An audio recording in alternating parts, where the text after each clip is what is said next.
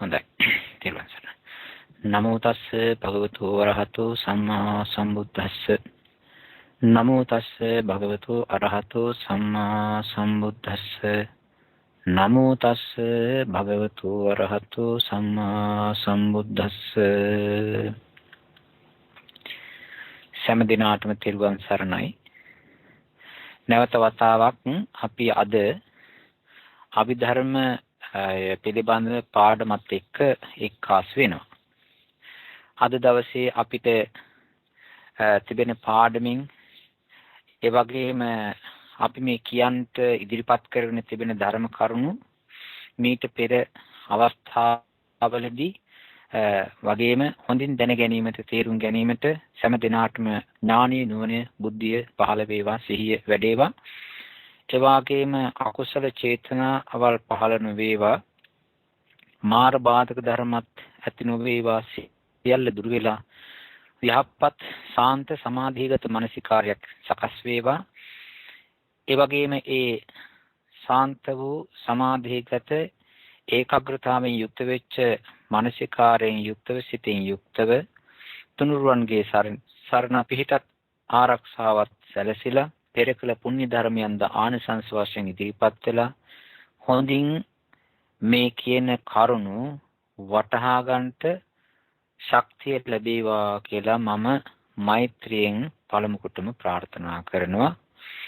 ඒ ප්‍රාර්ථනාව සමග අද දවසේට මම හිතාගෙන ඉන්න කොටස කියලා දෙන්න බලාපොරොත්තු වෙනවා. අදට ඇත්ත වශයෙන්ම අපිට තියෙන්නේ අහේතුක කොටස පිළිබඳව අහේතුක සිත් 18ක් තිබෙනවා. ඒ අහේතුක සිත් 18 කොහොමද චෛතසික 52 දෙකෙන් යම්කිසි ප්‍රමාණයක් චෛතසික වැඩ කරන්නේ කියන එක තමයි බලාපොරොත්තුව කියලා දෙන්නේ. ඊට කලින් පොඩි මතක් කිරීමක් මම කරන්න ඕනේ කියලා හිතුවා. ඒ තමයි අර ගිය වතාවේදී අහපු ප්‍රශ්නයක් තිබෙනවා. ඒ ප්‍රශ්නයත් එක්කයි මම මේ කාරණේ කියන්න ඕනේ කියලා මේ අදහස් කළේ. ඒ තමයි අර දේශය මුල් කරගත්ත සිත් දෙකක් තිබෙනවා. දේශ මූල සිත් දෙක කියලා. ඒ සිත් දෙක වැඩ කරන අවස්ථාවල් තිබෙනවා මේ 4ක්. සිත් තියෙන 2යි. නමුත් මේ මෙන්න මෙහෙම ඒ කරුණු 4 මේ කියන්නේ හිත් දෙක වැඩ කරන්නට මේ විදිහට පෙළඹෙනවා. අපිට යම්කිසි අවස්ථාවකදී තරහ යනවා. නිකන් මොකක් හරි දෙයකට හිතේ පටිඝ සිතක් පහළ වෙනවා. සමහර වෙලාවට අපි පය පැකිලිලා වැටෙනවා. එහෙම වුණයින් පස්සේ මේ අපිට තරහක් ඇති වෙනවා. හිතා ඉක්මනින් අපි හිතමු මොකක් හරි ගලක් මුලක් කවුරු හරි නොමනා විදිහට සවි කරලා තිබුණා නැත්නම් දාලා තිබුණා. එතකොටම ඒ ආයුධෙත් එක්ක හරි ඒ පොළවේ තියෙන ගලත් එක්ක හරි මුලක් එක්ක හරි ඒ වගේම යම්කිසි විදිහකින් කෙනෙක් ඒක දාලා තිබුණොත් එයත් එක්ක හරි ඔන්න තරහක් ඇති වෙනවා. පටිඝ සිතක් පහළ වෙනවා. ඒ පටිඝ සිත ද්වේෂ මූලිකයි. ඒ සිතේ ඔන්න දැන් ඇති වුණා තරහක්. සමහර වෙලාවට හුළඟ හින්ද වෙන්න පුළුවන්. තද බල විදිහට හුළඟ හමාගෙන යන කොණ්ඩේ අවුල් වුණා. අවුල් වෙනකොටම තරහක් ඇති වෙනවා හුළඟත් එක්ක. එහෙම නැත්නම් Taman කොණ්ඩේ තියාගෙන ඉන්න විදිහට හිටින්නේ නැහැ. කොණ්ඩෙත් එක්ක තරහ යනවා. සමහර වෙලාවට ළමයි ලපටි කියන විදිහට ඉන්නේ නැහැ. ඒගොල්ලොත් එක්ක තරහ යනවා. මෙන්න මේ විදිහට තරහ යන අවස්ථාවලදී ඒ තරහ සිතේ වැඩ කරන චෛතසික ධර්ම අපි කිව්වා. මොනවද ඒ චෛතසික ධර්ම? සරුව චිත්ත සාධාරණ චෛතසික ධර්ම 7. ඒ මොනවද? පස්සය, වේදනාව, සංඥාව, චේතනාව, ඒකාග්‍රතාව, ජීවිතේන්ද්‍රිය, මානසිකාරය කියන ඒ චෛතසික ධර්ම 7යි. ඒ වගේම තමයි විතර්කය, ਵਿਚාරය, අදිමොක්ඛය, වීරිය, ඡන්ද කියන ප්‍රකීර්ණක වලින් ඇති වෙනවා. එතකොට 5යි. එතකොට 12ක් වෙනවා.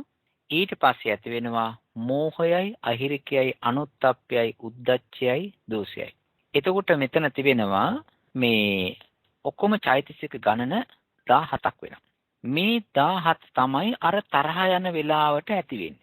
මේ මානසික ධර්ම 17 හිතත් එක්ක ගත්තන් පස්සේ මානසික ධර්ම මනසත් එක්ක 18යි. කොණ්ඩේ අවුල් වෙනකොට හිතයි මේ කියපු චෛතසික ධර්ම 17යි හිතේ වෙනවා. පුජ්‍යලයක් නෙවෙයි, ආත්මයක්, ජීවයක්, සත්‍යයක් නෙවෙයි, නාම ධර්ම මේ ප්‍රතිචාර දක්වන විදිය. ඔන්න ඔය මෝහ, අයිරික, අනුත්ප්ප, උද්ධච්ච, දෝෂ, දේශ. ඕක තමයි ඔය නිකන් යන් දේවල් වලට තරහ ඇති වෙනකොට පුද්ගලික වශයෙන්, දේවල් වශයෙන් ඇති වෙනකොට මේ ඇති වෙන මේ චෛතසික ධර්ම 17. ඕකට කියන තරහව. තව ඩිංගක් අපි ඉස්සරහට. ඒ එක වෙලාවකට තිබෙනවා මේ අපේ අල්ලපු ගෙදර එක්කෙනා හොඳට කාලා බීලා ඉන්නවා. ඒ වගේම මට කිට්ටුවෙන් ඉන්න කෙනෙක්, මම අකමැති කෙනෙක් හොඳට කාලා බීලා ඇඳලා පැළඳලා නාලා නටලා ඉන්නවා. එතකොට එයාගේ සම්පතක් ඒක. කණ්ඩ බොණ්ඩ ලැබීම, නාන්න අඳින්න පළඳින්න, ඒ වගේම මිත්‍රයෝ ආශ්‍රයයට ලැබීම, මේවා ඒ අනිත් කෙනාට ලැබෙන්නා වූ සම්පත් ටික. ඕක අහන්න ලැබෙන මගේ හිතට, ඔය ටික දකින්න ලැබෙන මගේ හිතට ඇති වෙන්නේ මොකද්ද? ඉරිසියාව. ඉරිසියාව තනියෙන් නෑ. ඉරිසියාව ඇති වෙන්නේ දේශමුල් සිටේ. එතකොට ඉස්සෙල්ලා කිව්වා අර තරහකට, නිකම්ම තරහ යනකොට චෛතසික ධර්ම 17ක් වැඩ කරනවා කියලා. ඒ 17 දෙනාට ඉරිසියාව ගිහිල්ලා එහා පැත්තේ එක්කෙනාට ඉරිසියා කරන්න ඕනේ නේද? තරහින් ඉරිසියා කරන්න පටිගෙන්නේ. එතකොට ඒ හිත ගිහිල්ලා එතන ඉරිසියා කරනවා. එතකොට චෛතසික ධර්ම ඉරිසියා කරන වෙලාවේදී චෛතසික ධර්ම 18ක් ඉන්නවා. ඉස්සෙල්ලා අර කියපු ටිකයි මේ ඉරිසියාවයි. ඔන්න 18 දෙනෙක් වැඩ කරනවා මේ හිතේ. දැන් එතකොට ඉස්සෙල්ලා තරහසිත, දැන් මේ ඉරිසියා කරන සිත. හැබැයි දෙකම ද්වේෂමූලිකයි. දෝමනස් සහගත සිත්. දැන් කොහොම හරි මේ මම තියන් අඤ්ඤං ආකාරයකින් හම්බ කරගත්ත දෙයක් තියෙනවා. ඒ වගේම එක්කාසු කරගත්ත දෙයක් තිබෙනවා. අඳින්න පළඳින්න නම්, කෑමක් බීමක් නම්, ඒ වගේම අපේ ගෙදරට යාළුවෝ හිත මිත්‍රාදීන් එනවා. ඒවා ඒ අය මේ සම්බන්ධයෙන් හෝ දැන් මට කියලා දෙයක් ඒක මගේ හිත අදින් අල්ලගෙන ඉන්නේ. ඔය මගේ ඇවිල්ලා කතා බහ කරනවා. ඒ වගේම මගේ යාළුවොත් එක්ක, මගේ නෑදෑයත් එක්ක, මම හිතවත් අයත් එක්ක අනිත් අය ඇවිල්ලා කුළුපග වෙනවා, හිතවත් වෙනවා, කතා කරනවා. මට ඒක කොට අල්ලන්නේ. ඉස්සෙල්ලා මම අනිත් එක්කෙනාගේ සම්පතට තරහ ඇතිව ඊර්ෂ්‍යාවක්. දැන් අනිත් අය ඇවිල්ලා මගේ තියෙන දේවල්, වාහන පිළිබඳව බලනවා, හොයනවා, ගාන අහනවා, ගත්තේ කොහෙන්ද කියලා අහනවා. ඒ වගේම මොන හරි දෙයක් මට තිබුණා නම් ඔරලෝසුවද, පෑනද, පැන්සලද, ඒ වගේම මගේ තිබෙන්නාව හැඩවැඩ ඔක්කොම ටික දැකලා මේ අය නිකන් අමුතු විදිහට කොපි කරන්න බලනවා. එහෙම තියෙනවා. එතකොට මට ඇති වෙනවා යම්කිසි අසන්තෝෂ, අමනාප හිතක්. ඔන්න ඔය මගේ පැත්තට තිබෙන සම්පත් ටික බලන වෙලාවට මට හැදෙනවා තරහක්. අර බලන්න කෙරේ. ඇයි මොකටද මං මේ මගේ දේවල් හොයන්නේ කියන්නේ කියලා. අන්න ඒක ඒ තමන්ගේ දේවල් අනිත් අය පරිහරණය කරන, දකින්න බලන ඒක නුරුස්සන ගතියට කියනවා මච්චරිය කියලා. ඔය මච්චරිය කියන එකත් ඇති වෙන්නේ ද්වේෂ මූලික සිටි. ඒ ඉරිසියා කරන වෙලාව නෙවෙයි. ඒක නිසා මේ මසුරුකම කරන වෙලාවේ මගේ හිතේ ඉරිසියාව නැහැ. ඒ වෙලාවට තියෙන්නේ අමනාප හිතක්, මසුරු හිතක්. ඒක නිසා ද්වේෂ මූල හිතේ අර ඉස්සෙල්ලා කියපු 17 දෙනාට එක්කාසු වෙන්නේ ඉරිසියාව නෙවෙයි, මසුරුකම. එතනක් තිබෙන්නේ 18ක්. චෛතසික ධර්ම 18ක්. එතකොට දැන් ද්වේෂ මූල එක හිතක් තියෙනවා. ඒකේ 17යි, ඉරිසියා කරනකොට 18යි, මසුරුකම් කරනකොටත් චෛතසික ධර්ම 18ක් වෙනවා. ඊළඟට දැන් මට තරහ යන්නෙත් නැහැ. උලන් හමලා කොණ්ඩේ අවුල් කරන්නෙත් නැහැ. ඒ වගේම පය ගලක මුලක හැප්පෙන්නේ කියන්නේත් නැහැ. ඔක්කොම හොඳයි. එතකොට ඉරිසියා කරන්න කෙනෙක් ළඟ පාතක ඇත්තෙත් නැහැ. දොරවල් වහලා. ඒ වගේම කවුරුවත් අපේ ගෙදරට එන්න කියන්නේත් නැහැ. ඒකින්ද මසුරු කමටත් තැනක් නැහැ. හැබැයි නිකන් ඉන්නකොට මං කරපු දේවල් නරක වැඩ, නරක කතා, නරක සිතුවිලි, කරගන්න බැරි වෙච්ච දේවල්, හොඳ දේවල් මතක් වෙනවා. මතක් වෙනකොට අනේ මට ඒක කරගන්න බැරි වුණානේ කියලා හිතක් පහළ වෙනවා. මට මේ මගේ අතින් මේ දේ කළානේ, මම මේ දේ කරානේ, මේ මිනිස්සයාට ගැහුවා, බැන්න, දොස් කිව්වා, ඒ වගේම බැනලා ලෙවුම් ඇරියා, ඊමේල් ගැහුවා. ඒ ඉතින් ඔය විදිහට තමන්ගේ හිතට මේව මතක් වෙනවා. මම බොරුවට මෙයාට අහවලාට චෝදනා කළා. ඒ වගේම චරිත ඝාතනයට උත්සාහ කළා. මේවා මතක් වෙනවා. මතක් වෙනකොට පරණ සිද්ධිය ගැන හිතේ ඇති වෙනවා ද්වේෂ සහගත ගතියක්, තරහ ගතියක්, අසන්තෝෂ ගතියක්, අමනාප ගතියක්. ඕකට කියනවා කුකුස කියලා. ඒ කුකුසත් ඇවිල්ලා හොඳ එකක් නෙවෙයි. ද්වේෂ මූල සිතේ ඇති වෙන එකක්. එතකොටත් ඇති වෙන්නේ මොකද්ද? අර පස්ස වේදනා සංඥා චේතනා ඒකාග්‍රතා ජීවිතේන්ද්‍රිය මානසිකාර කියන සරුවචිත්ත සාධාරණ වශයෙන් යෙදෙන්නා වූ හැදෙන්නා වූ එකට වැඩ කරන සිත් චෛතසික ධර්ම 7 දෙනයි. විතක්කයත් ਵਿਚාරය අදිමොක්ඛ වීරිය ඡන්ද කියන ඒ ප්‍රකීර්ණක වලින් ආවා වූ 5 දෙනයි. ඊළඟට මෝහයයි අහිරිකයයි අනුත්තප්ප උද්දච්ච ද්වේෂයයි කුකුස කියන මෙන්න මේ කියන්නා වූ 18 දෙනා තමයි කුකුස් කරන වෙලාවට ඇති වෙන්නේ. ඒකේ වෙනසක් තිබෙනවා. ඒ තමයි තීන මිද්දිය සමහරලාට එනවා. එතකොට සසංකාරික වෙනවා. සමහරලාට මේක අසංකාරික වෙනවා.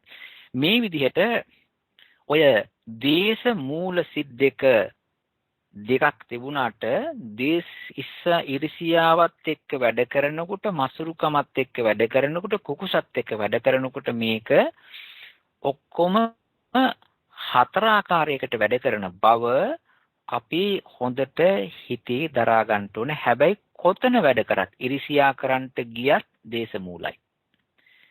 මසුරුකමට ගියත් දේශ මූලයි. මේ මච්චරිය කියලා කියන්නේ ඇත්ත වශයෙන්ම මසුරු කියලා කිව්වට මේ ඒක නිකන් සමහරලාට තියෙනවා මේ මච්චරිය කියනකොට ඇති වෙන්නේ නිකන් මේ ලෝභකමක් වගේ. හැබැයි මේක දේශමූලිකයි. කුකුස කරන්ට ගියාන් පස්සේ ඔය විදිහට ඔන්න ඔය කාරණය මේ හිතේ දරා ගන්නට තේරු ගන්නට ඉන්න මේ විදිහටයි මේ දේශමූල හිතේ මේක වැඩ කරන්නේ කියලා. ඔන්න මේ පහුගිය සතියේ මේ සිත් එක සම්බන්ධයෙන් කියන්ට ඉතිරි වෙලා තිබිච්ච අතිරේක සහ පැහැදිලි කිරීම. මම හිතනවා මේ වෙලාව වෙනකොට අපේ පින්වතුන්ට මේ කාරණයක් හොඳට තේරුම් ගන්නට ඇතේ කියලා. ඊළඟට දැන් අපි හැරෙමු අදට ඉස්සරහට යන්න තියෙන කරුණු වලට. අහේතුක සිත් 18ක් තියෙනවා කිව්වනේ. මේ අහේතුක සිත් 18 ඇවිල්ලා ඇති වෙන්නේ අකුසල කරපු අකුසල වල විපාක හැටියටත්, කරපු කුසල් වල විපාක හැටියටත්, ඒ වාගේම තමයි ක්‍රියාධර්ම හැටියටත්. ක්‍රියාධර්ම හැටියට තමයි මේ වැඩ කරන්නේ.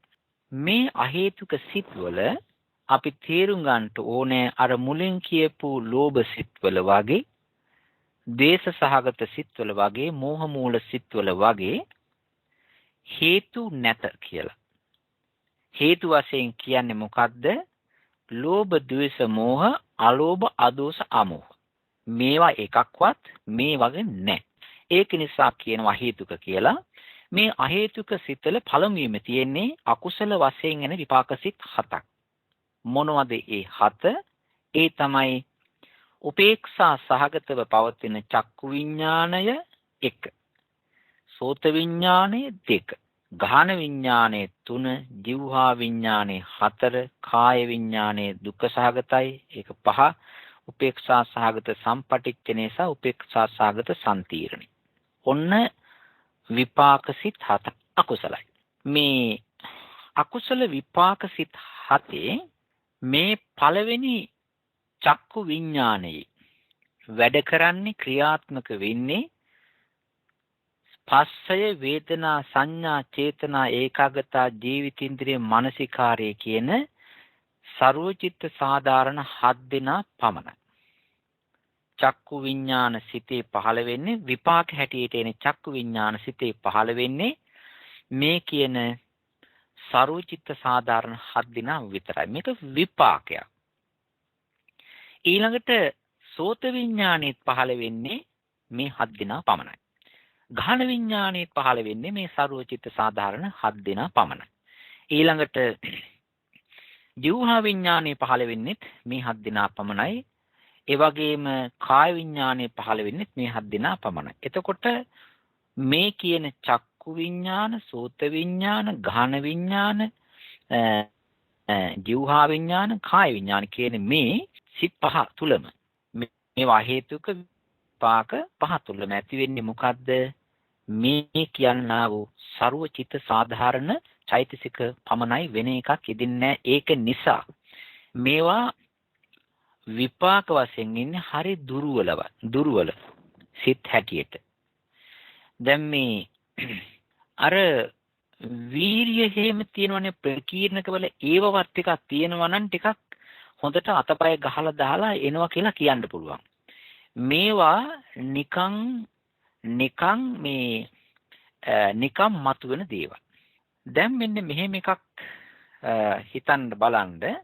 දැන් මොකක් හරි මෝටර එකකට පොඩි මෝටර එකකට අපි දානවා නිකන් කුරුල්ලෙක් වගේ මොකක් හරි මෝටර එකක් හයි කරලා ඔය පොඩි ලී කෑල්ලකට එහෙම නැත්නම් මේ පෙති දෙකක් දාලා නිකන් අපි මේ මෝටර එක බලයකින් අපි යමක් උඩට යවනවා. ඔය තියෙන්නේ පොඩි සෙල්ලම් ප්ලේන් වගේ දේවල් එහෙම තියෙනවානේ. ඕව එකක් දානවා. දැම්මයින් පස්සේ ඒක ඒ දේ ඒකේ අස්සේ නිස්පාදනය වෙන්නා වූ බලයත් එක්ක උඩට යනවා. ඔය පොඩි සෙල්ලම් මේ කුරුල්ලෝ ඒ වගේම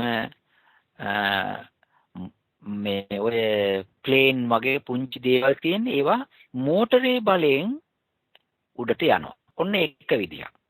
සමහර වෙලාවට අපි ගල් කැටයක් අරගෙන ගල් කැටි දමලා ගහනවා උඩට යන. ඒකත් උඩට යනවා. එතකොට එකක් යනවා අර මෝටරේ හයි කරලා තියෙන එකේ ඒකේ බලයෙන් ඇතුලේ ඉන්නා වූ බලයෙන් ඒක උඩට යනවා. අනිත් එක අපි විසි කරපු නිසා විසි කරායින් පස්සේ ඒ ගලට අපේ ඇඟින් අතහරිනවා ශක්තියක්. ඒ ගල අපි විසි කරපු වේගයෙන් උඩට යනවා. හැබැයි මේ දෙකම උඩට ගියාට අපි අතින් අතහැරී යන්නා වූ ගලට පිටිපස්සෙන් තල්ලු කරන්ට හරි ඒ ගල ඇතුලේ තිබෙනා වූ බලයක්වත් නැහැ. ඒක නිසා මේ ගල උඩට ගිහිල්ලා දුර්වල වෙනවා. ඒකට ඇතුලෙන් නිස්පාදනය වෙන ශක්තියක් නැහැ. ඒක නිසා ඒක ආපහු හැරිලා වැටෙනවා. මෙන්න අර අනිත් එක ඒක අස්සෙන්ම තිබෙන ශක්තියක් හැදෙන නිසා ඒක උඩට යනවා. ඔන්න ඔය වගේ මේ අහේතුක සිත්වල වීරිය කියලා එකක් නැහැ. මේ අහේතුක සිත්වල මේ කියන චක්කු විඥාන, සෝත, ගාන, જીවහා, කාය මෙව්වාගේ ASCII එහෙම ඒක වීරියක් නැහැ. ඒක නිසා ඒවා විපාක හැටියට ඉස්සෙල්ලා කොහේ හෝ වේවා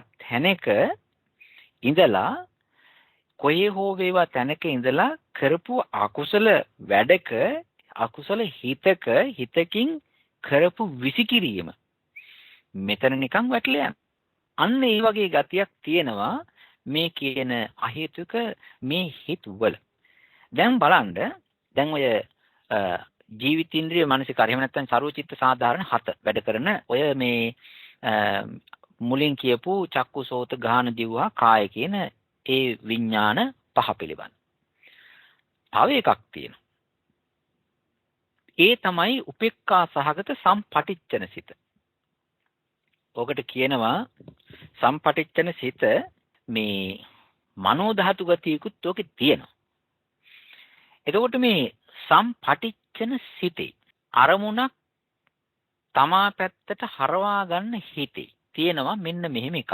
අර පස්ස වේදනා සංඥා චේතනා ඒකකතා ජීවිතේන්ද්‍රේ මානසිකාර කියන හත් දෙනත් ඒ ධර්මතා හතත් විතක්කයයි විචාරයයි අදිමෝක්ඛයයි කියනා වූ තුන් දෙනත් එකාසු වෙලා චෛතසික ධර්ම 10ක් වැඩ කරනවා ওই සම්පටිච්ඡන සිතක. සම්පටිච්ඡන සිත ආරම්මණය බාර ගන්න පිළිගන්නවා වගේ ආරම්මණය පිළිගන්න ස්වභාවය යුක්ත වෙච්ච සිත.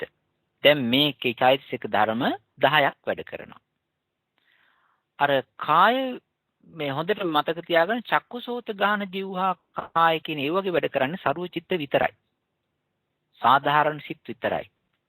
මෙතන වැඩ කරනවා ඒ සරුව චිත්ත සාධාරණ චෛතසික 7යි විතක්ක ਵਿਚාර අධිමුඛය කියනා වූ චෛතසික ධර්ම 3යි. තව අපි ඉස්සරහට යනවා. ඊළඟට ඇති වෙනවා උපේක්ඛා සහගත සම්තීරණ සිත. ඒක අකුසල විපාක හිතක්. ඒකේ වැඩ කරන්නේත් ඔය වගේ ඔය 10 පමණයි. චෛතසික ධර්ම සෝචිත්ත සාධාරණ චෛතසික 7යි විතක්කයත් චාරය අයික්‍යත් කියනා වූ මේ චෛතසික ධර්ම 3යි. එතකොට මේකේ ඔය දෙනාගේ 10යි. දැන් මේ විදිහට තමයි මේ අහේතුකව පහළ වෙන මතුවෙන අකුසල විපාක සිත් 7. චෛතසික ධර්ම සමායෝගය. චෛතසික ධර්ම ක්‍රියාත්මක ඇති. මේවා විපාක හින්දා ඒ තරම් මේ බලපුල්කාරකම් කරන්න පුළුවන් ඒවා එහෙම නෙවෙයි සමහරව. ඊළඟට විපාක වශයෙන් ඇති වෙන දේවල්. දැන් අපි හැරෙමු මේ කුසල පැත්තට. ඒ කියන්නේ කුසල් විපාක වශයෙන් හැදෙනවානේ 8ක්. ඒකේ තියෙනවා මෙහෙම. උපේක්ඛා සහගත චක්කු විඥාන, සෝත විඥාන, ඝන විඥාන, જીවහා විඥාන, කාය විඥාන සුඛසහගත. මේ පස් දෙනාගේ අර මුලින් කිව්වා වගේම ඇති වෙන්නේ අරෝචිත සාධාරණ 7 දෙනා විතරයි. ඉස්සර කොහේ හෝ වේවා යම් කිසි තැනක කළා වූ හොඳ පින්කමක විපාකයක් නිකන් මතු වෙනවා. හොඳ වචන අහන්න ලැබෙනවා. හොඳ දර්ශන දකින්න ලැබෙනවා. හොඳ පළාත් හොඳ අය දකින්න ලැබෙනවා. හොඳ සුවඳ ලැබෙනවා.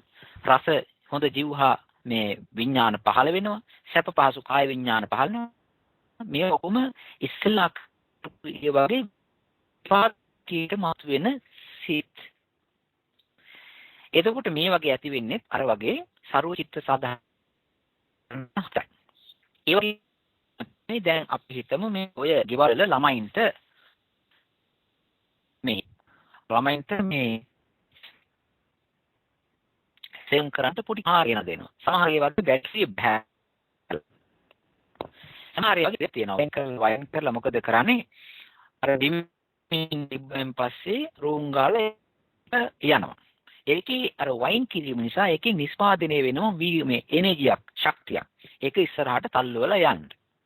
සමහර වෙලාවට වයින් තියන්නත් බෑ, බැටරියත් බහැලා. ඒ වගේ වෙලාවට අපි දැකලා තියෙන ඔය අම්මලා, තාත්තලා ඒ ළමයා සතුටු කරන්ට ඒක මෙහා බිත්තියේ ඉඳලා එහා බිත්තියට තල්ලු කරලා දානවා. දැම්මන් පස්සේ අර තල්ලු කරලා දෙන ඇඟෙන් දෙන වේගයට අනුකූලව ඒක ගිහිල්ලා යම් කිසි තැනක නවතිනවා. අර මෝටරින් යන එක දිගට යන. මේ වගේ මේ කියන්නා වූ මේ කුසල විපාක සිත්වල ඇති වෙන මේ ගතියත් ඔය වගේ. මේකේ වීරිය නැහැ. නිකන් ඉබේම පෙර සිද්ධ වෙච්ච දේක විපාකයක් හැටියට බුස්ගාලා මතුවෙනවා.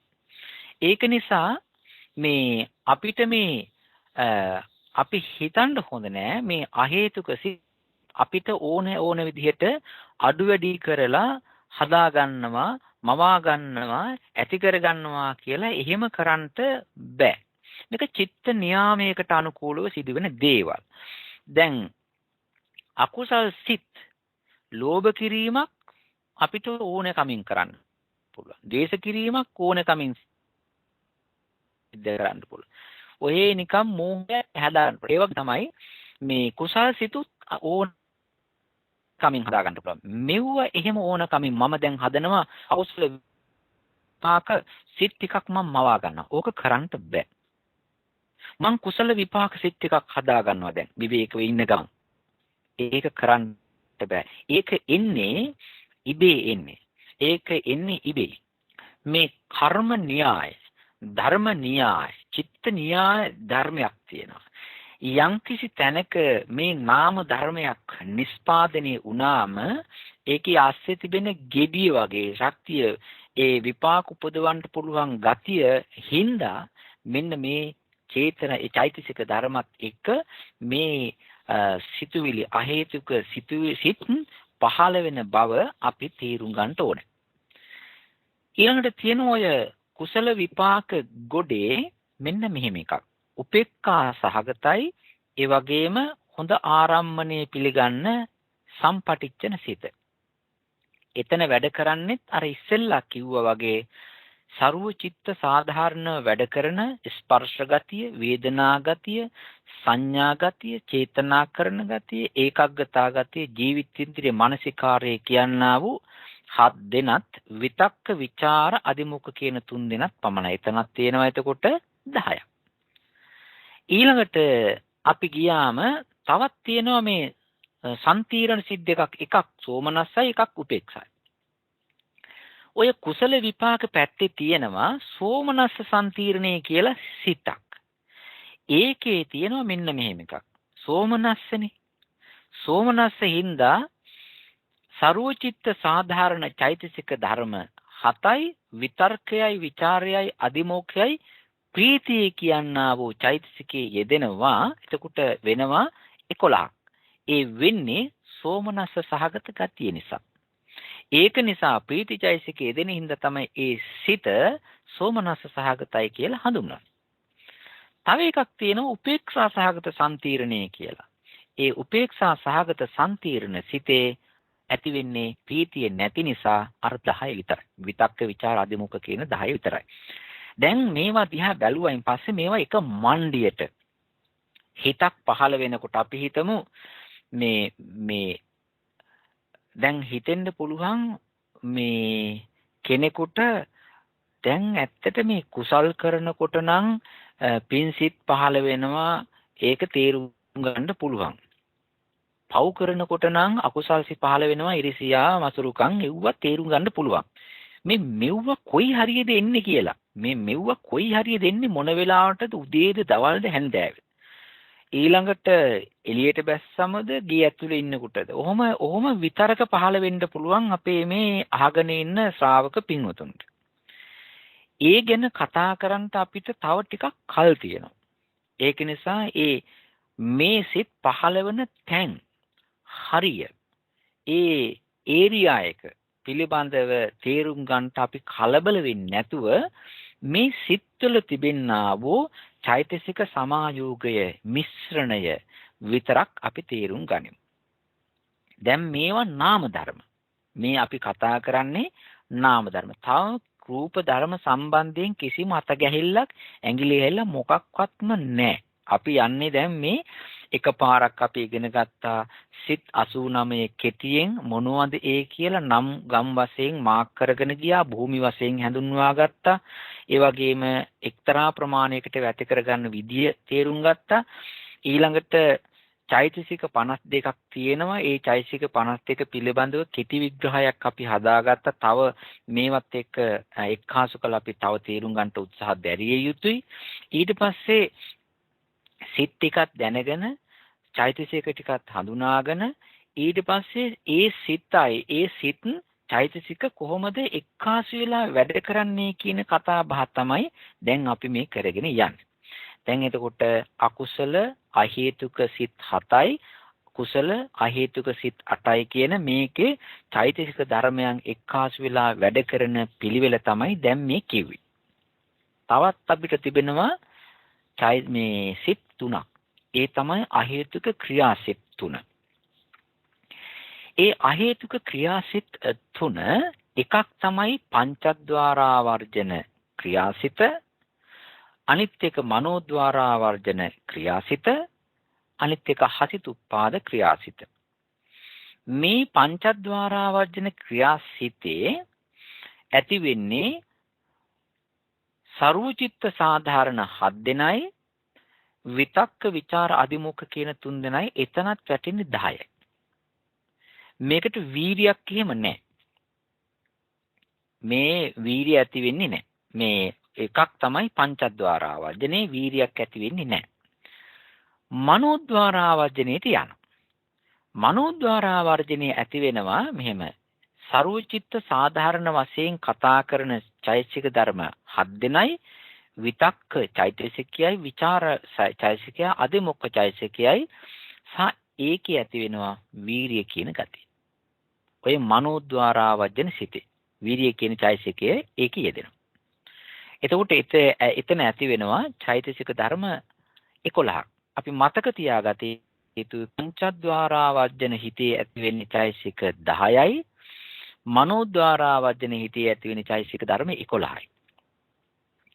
ඊළඟට රහතන් වහන්සේලාට යම් යම් අවස්ථාවලදී සිනහ පහළ වීමට ප්‍රසාදය ඇතිවීමට හේතු වන්නා වූ ක්‍රියාසිත පහළ වෙන. ඒ විදිහට හසිතුප්පාද සිත.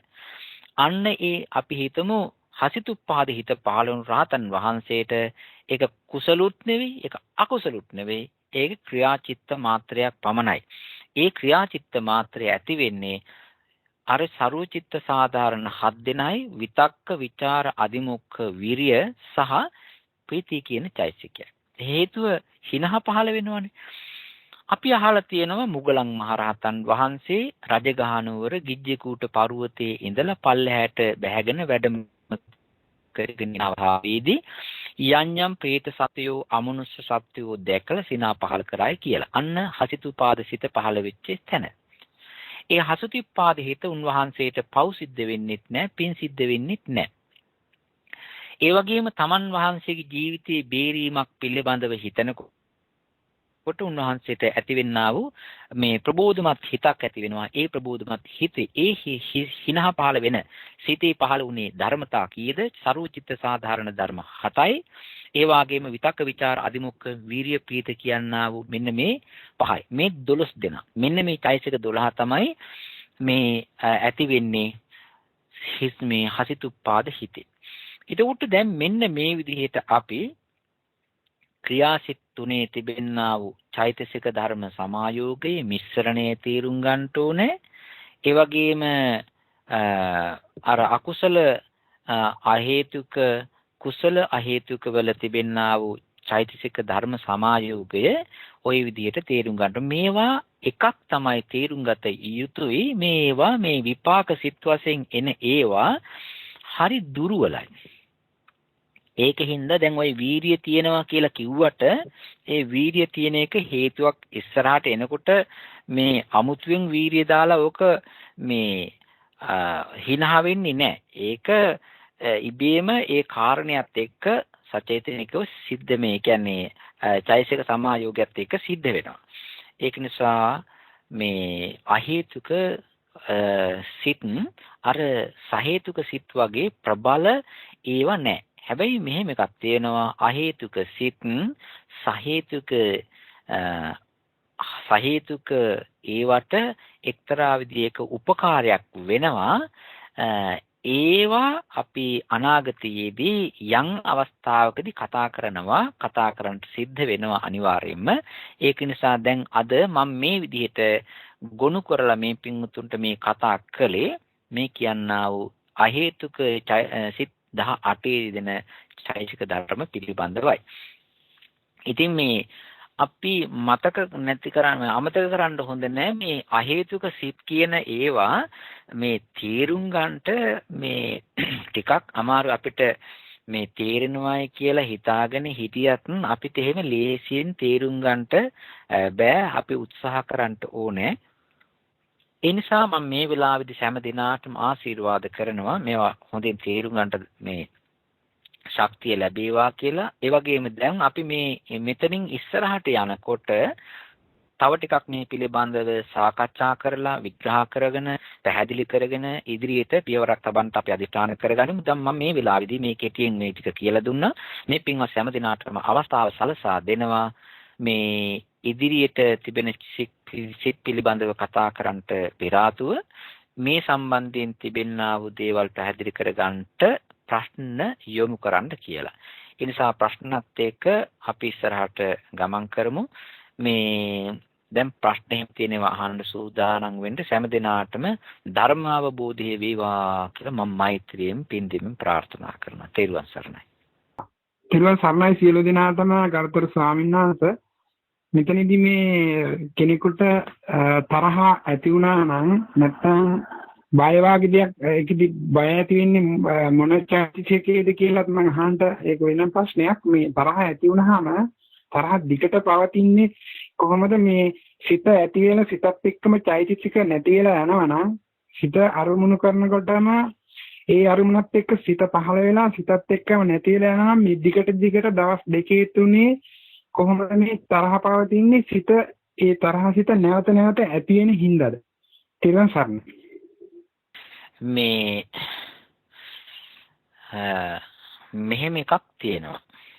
අපේ හිත ඔය බය කියන එකත් ඇති වෙන්නේ දේශ සහගත හිතක්. ඔය බය කියන එකේ තියෙන්නේ දේශ සහගත හිතක්. මේ ඒක තමයි ක්‍රියාත්මක වෙන්නේ. අපි ඒක එකට යන්නේ චෛතසිකද ඔය ද්වේෂ මූල සිතයි චෛතසික. එතන ඉරිසියා කිරීමක් නැහැ, මසුරුකම් කිරීමක් නැහැ.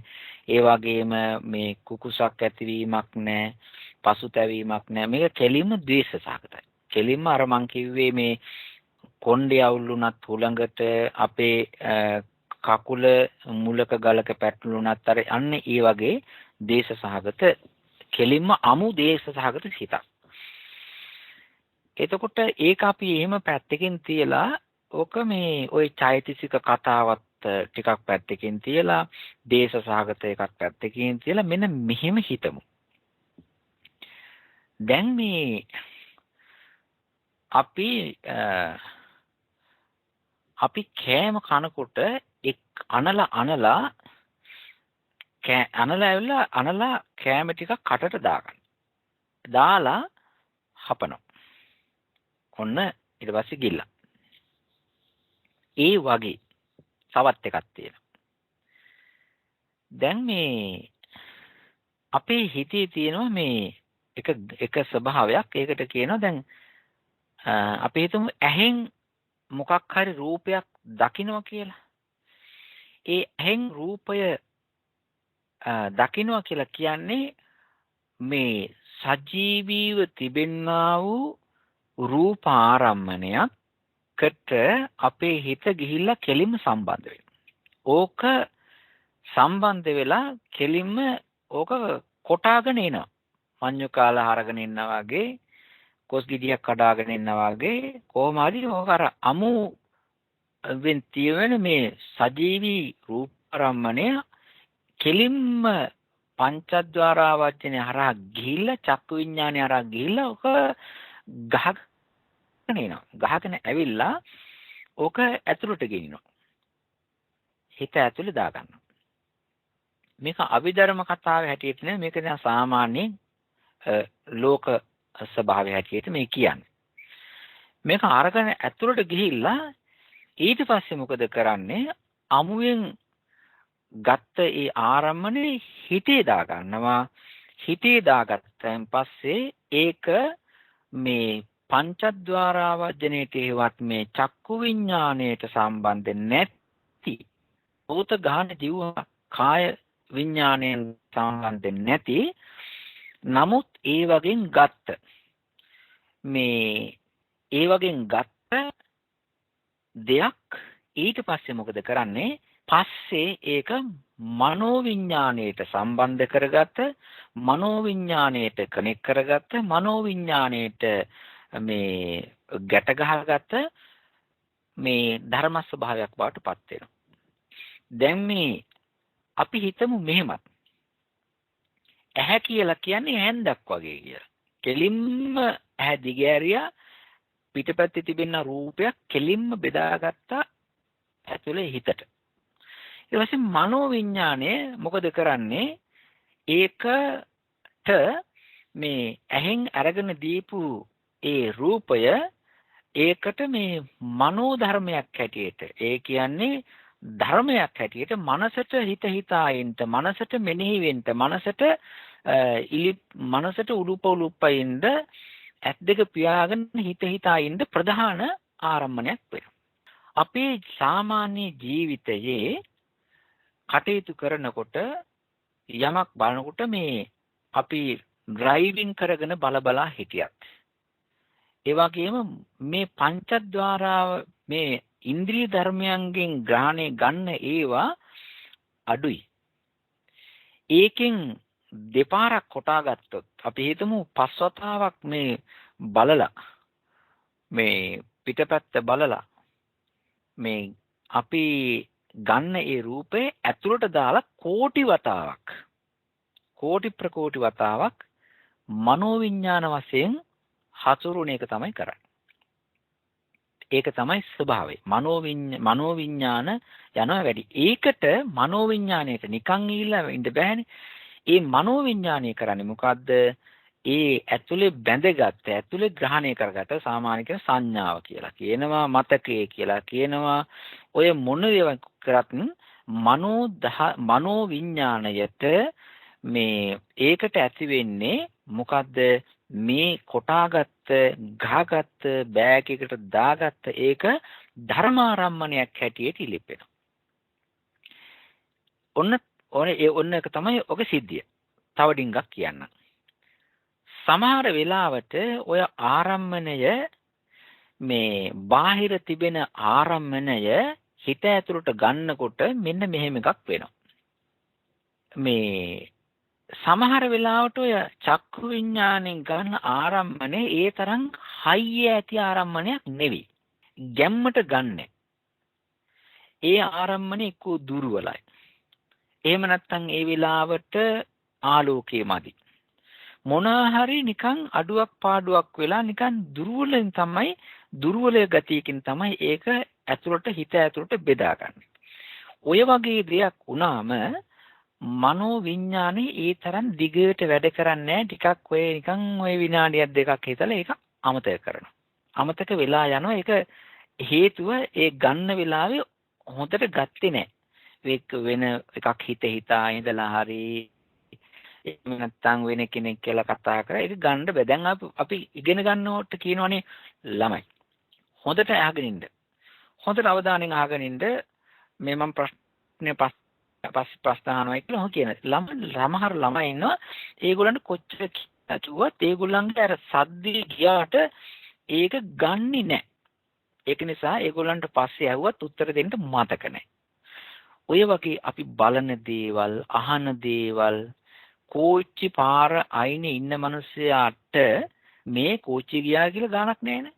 ඒ කොච්චර සද්ද තිබුණත් මොකක් හරි හේතුවක් නිසා ඒ සද්ද ග්‍රහණය කරගන්න එක අඩුපාඩු නිසා හිතේ පట్టල වෙලා දිගට යන එක අඩු වෙනවා. සමහර අවස්ථාවල් තියෙනවා මෙහෙම. ඒ ආරම්මණය හරි ලොකුයි.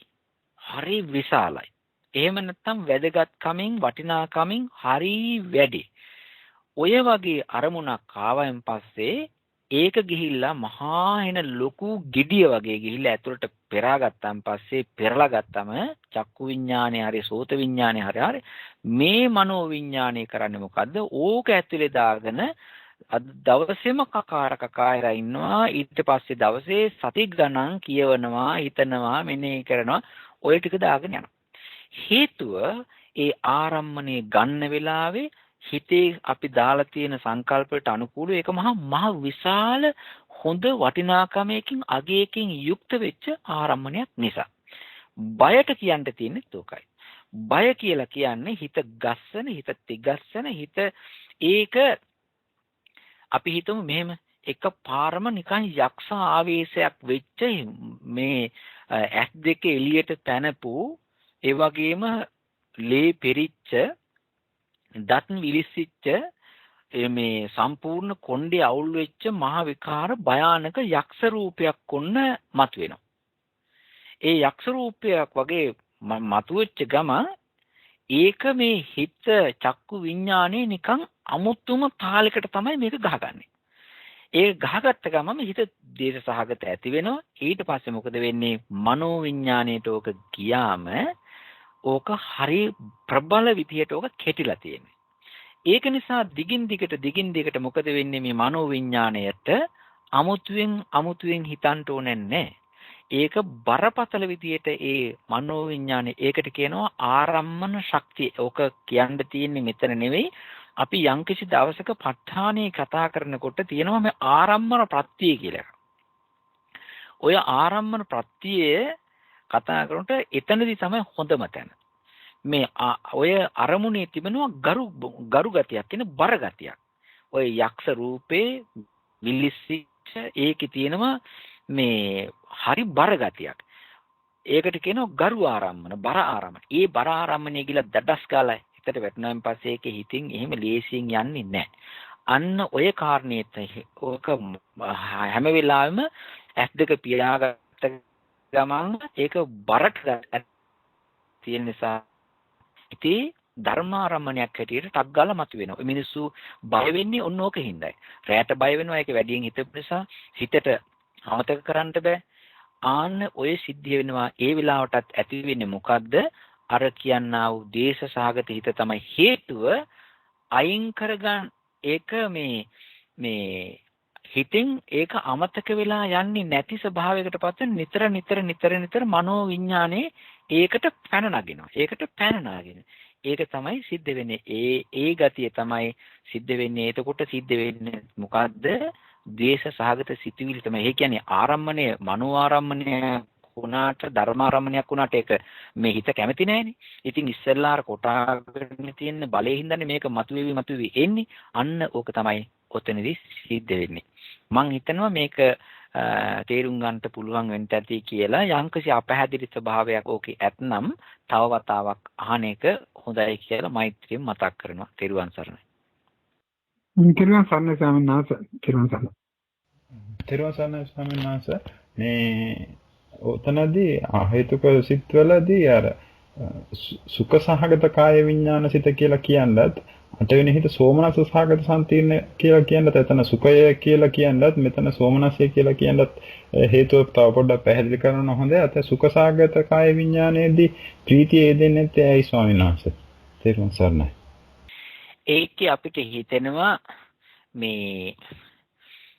ඒකේ අපිට හිතෙනවා සුඛ සහගත කියපු ගමන් ප්‍රීතිය යෙදෙන්න ඕනේ කියලා.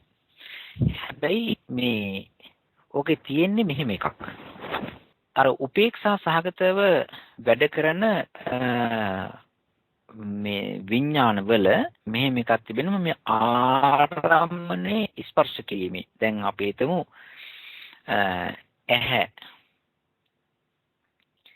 ඇහැටයි කනටයි දෙකට රූපයක් සද්දයක් හරි රූපයක් හරි එනකොට ඇහැ ගිහිල්ලා ඒකේ වදින්නෙත් නැහැ. රූපේ ඇවිල්ලා අපේ ඇහි ඇතිල්ලින්නේ නැහැ. කනට සද්දය ඇහෙනකොටත් ඒක කනේ අපි කියනවා කනට අරමුණු හැටියට දැනගන්නවා කියලා. නමුත් අර සද්ද කරන තැන ඒක කියලා කනේම හැප්පෙන්නේ නැහැ. සද්දේ විතරයි දැනගන්නේ. නාසයට ගඳ දැනගන්න සුවඳ දැනගන්න කොටත් දිවට රස දැනගන්න කොටත් ඔය සියුම් ස්වභාවය තමයි තියෙන්නේ. මේ එකක් වෙන්න පුළුවන් කෙනෙකුට හිතෙන්න පුළුවන් එතකොට මේ අපි කටට කෑම දැම්මට පස්සේ අපි කටේ ස්පර්ශ වෙනව නේද කියලා. ඉතින් කටේ තියෙන්නේ ජීවහා විඥානේ ක්‍රියාත්මක වෙන්නේ රස සම්බන්ධයෙන් පමණයි. ඒක සියුම්. හැබැයි ආහාරයේ තිබෙන ගොරෝසු ඕලාරික ගතිය දැනෙන්නේ කාය විඥාණයටයි. ඒකේ තියෙන රසය දැනෙන්නේ ජීවහා විඥාණයටයි. ඒක නිසා එතන තියෙනවා පරිස්සමෙන් ඩීමාර්කේට් කරගන්න, තෝරගන්න, ලකුණු කරගන්න වෙනස් කර්ම ධර්ම දෙකක්. මේ කාය විඥාණයට යනකොට මේ කාය විඥාණය ඇවිල්ලා ඒක උපේක්ෂා සහගත කියන්නේ නැහැ. ඒක එක්කෝ ආරම්මණය හොඳයි නම් සුඛ සහගත නිකන් ගතියක් ඇති වෙනවා. ඒ වගේම ආරම්මණයේ ඒකේ කියන්නේ මේ වේදනාව ඇවිල්ලා ප්‍රීතිය සම්බන්ධ වෙන්න ඕනෑයි කියලා. ඒක යොදලා තියෙන්නේ අපි කළා වූ යම්කිසි කර්මයක හොඳ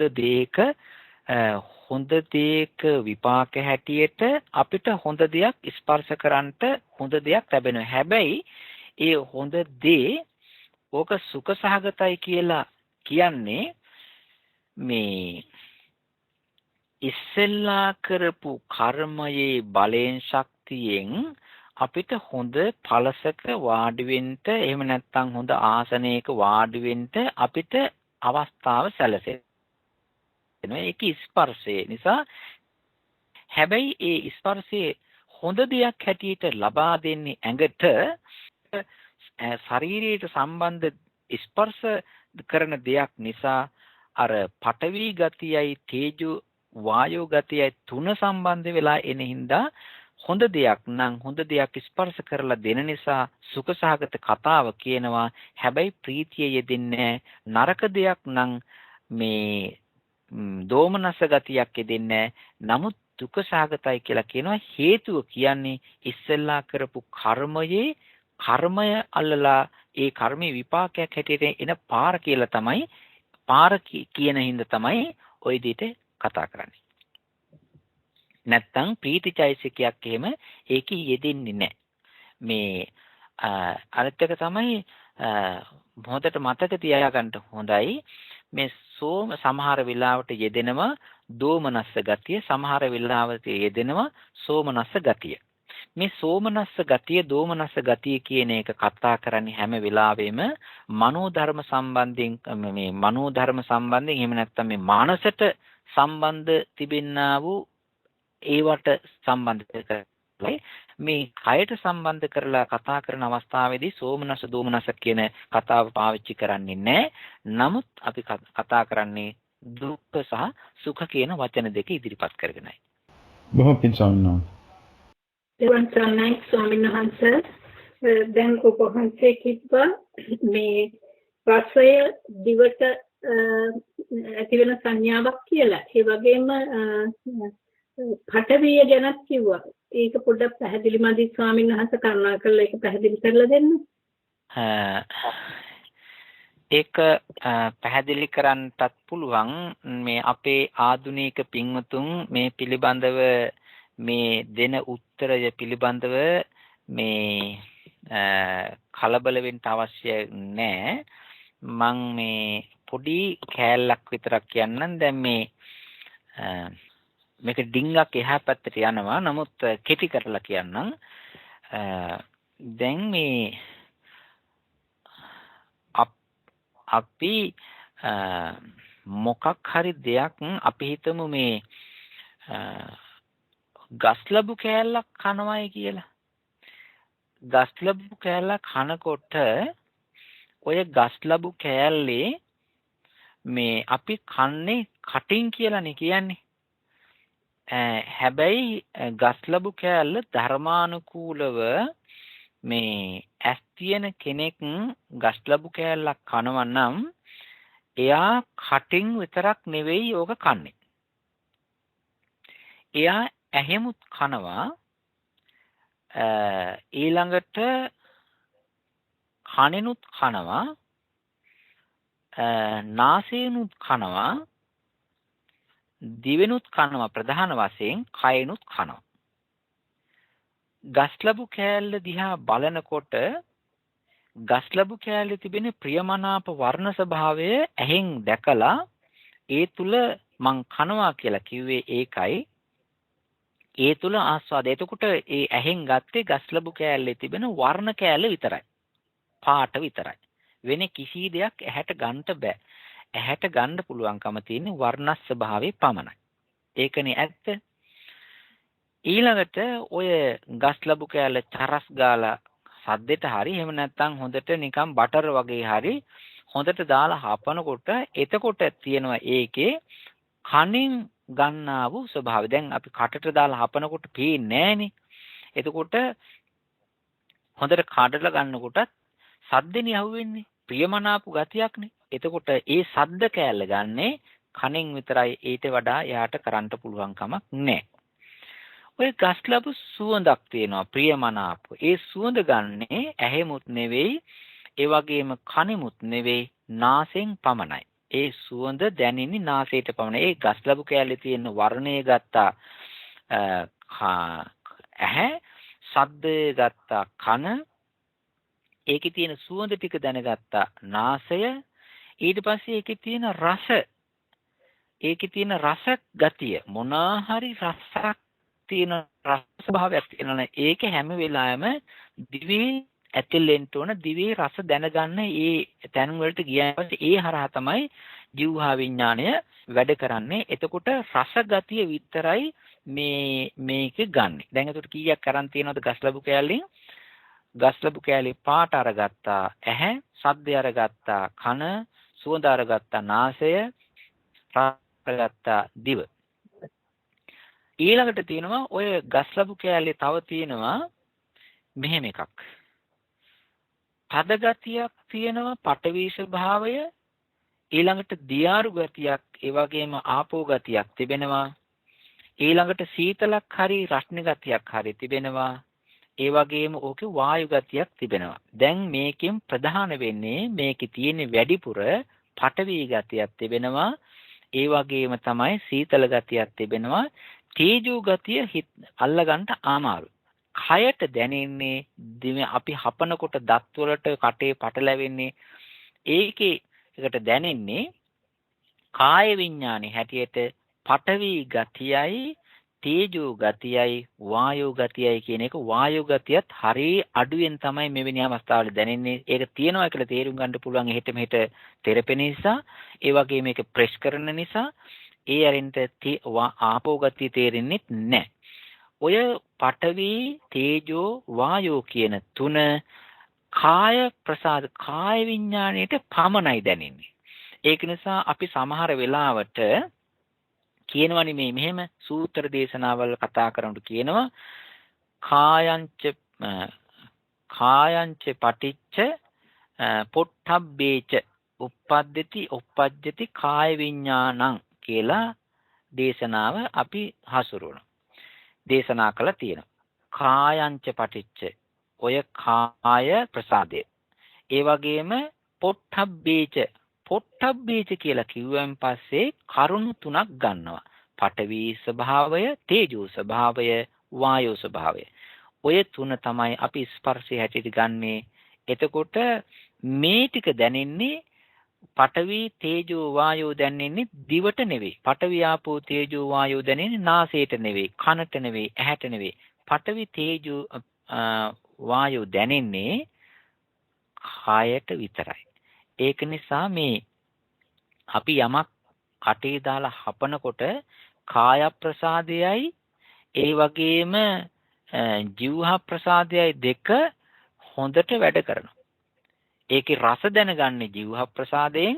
ජීවහා ප්‍රසාදයට එතන තියෙන කාය ප්‍රසාදයෙන් දැනගෙන කට එහෙම හොඳට උලුප්පලා මිරිකලා පොඩි කරලා හප්පවලා දෙනවා.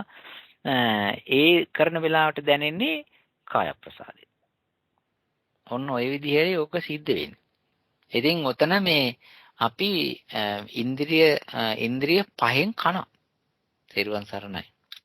කොහොම පින් ස්වාමීන් වහන්සේ තව ඉදිරියට රූප ගැන පැහැදිලි කරනකොට මේක තව අවබෝධ වෙයි නේද? අනිවාර්යයෙන්ම එතෙන්ද කියන එකක් තමයි මම මෙතෙන්ද මේ පොඩි කෙටියෙන් කියලා දුන්නේ. බොහොම පින් ස්වාමීන් වහන්සේ සමාවෙන්න ඒක ඉදිරිපත් කරාට කලින්. හොඳයි අපේ අනිත් පින්වතුන්ට තියෙන මේ කරුණට ප්‍රශ්න එහෙම ඇහුවට කමක් නැහැ. බොහොම හොඳයි. ඉස්සරහට යන්න තව තියෙනවනේ අපිට. තෙරුවන් සරණයි ස්වාමීන් වහන්සේ. වහන්සේ අපිට කියලා දුන්නා මේ වීරිය, ඒ කියන්නේ වීරියක් යොදලා මේවා මේ සිත් උපද්දවන්න බෑ කියන එක අහේතුක සේ. එතකොට ස්වාමීන් වහන්සේ දැන් අපි හිතුවොත් දැන් අපිට තියෙනවා නම් ඒ කියන්නේ තෝරා ගැනීම දෙකක්. එකක් තියෙනවා ලස්සන දර්ශන තියෙන පැත්තකට යන්නත් පුළුවන්. ඒ වගේම අපි හිතනවා සාමාන්‍ය නගරයක කුණු එකතු කරන පැත්තට යන්නත් පුළුවන්. අපි හිතමුකෝ අපි දැන් හවස ව්‍යායාමයේ සඳහා ඇවිදගෙන යනකොට අපිට මේ දිශාව තෝරා ගැනීමේ ඒ කියන්නේ නිදහස තියෙනවා. කොයි පැත්තටද අපි යන්නේ කියලා.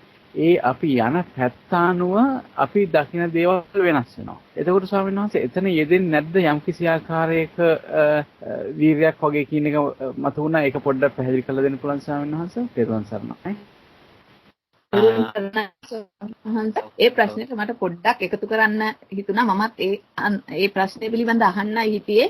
දැන් ස්වාමීන් වහන්සේ සතර සම්‍යක් ප්‍රධාන වීර්ය පැහැදිලි කරනකොට කියනවානේ uppannānaṁ akusalaṇaṁ dhammānaṁ pahānāya චන්දං ජනේති ආදී වශයෙන් ඒ පැහැදිලි කරනවානේ. එතකොට ඒ අර මේ තියෙන අකුසල් වල අඩු වැඩි කිරීමක් වීර්යයෙන් කැමැත්තෙන් ඒ ආදී වශයෙන් භාවනා වලින් කරන්න පුළුවන්ද කියලා පොඩ්ඩක් ඒක පැහැදිලි කරලා දෙනවා නම් බොහොම පිං. තෙරුවන් සරණයි.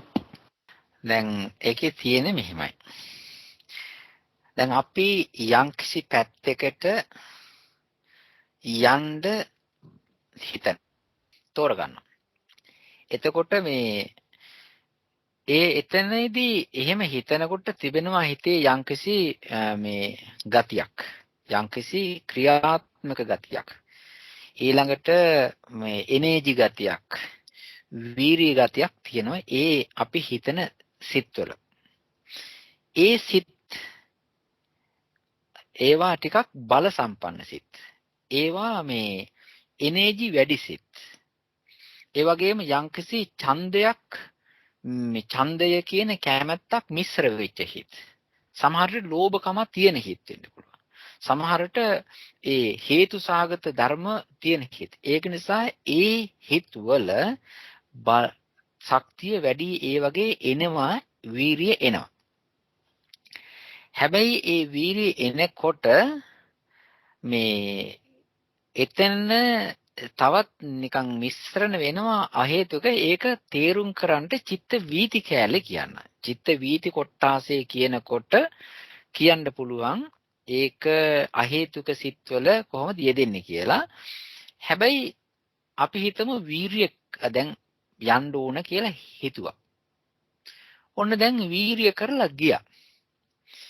ගිහිල්ලා එතන ඉන්නකොට මිනිස්සුත් ඉන්නවා, වටපිටාවේ ලස්සනයි, හරි අවලස්සනයි.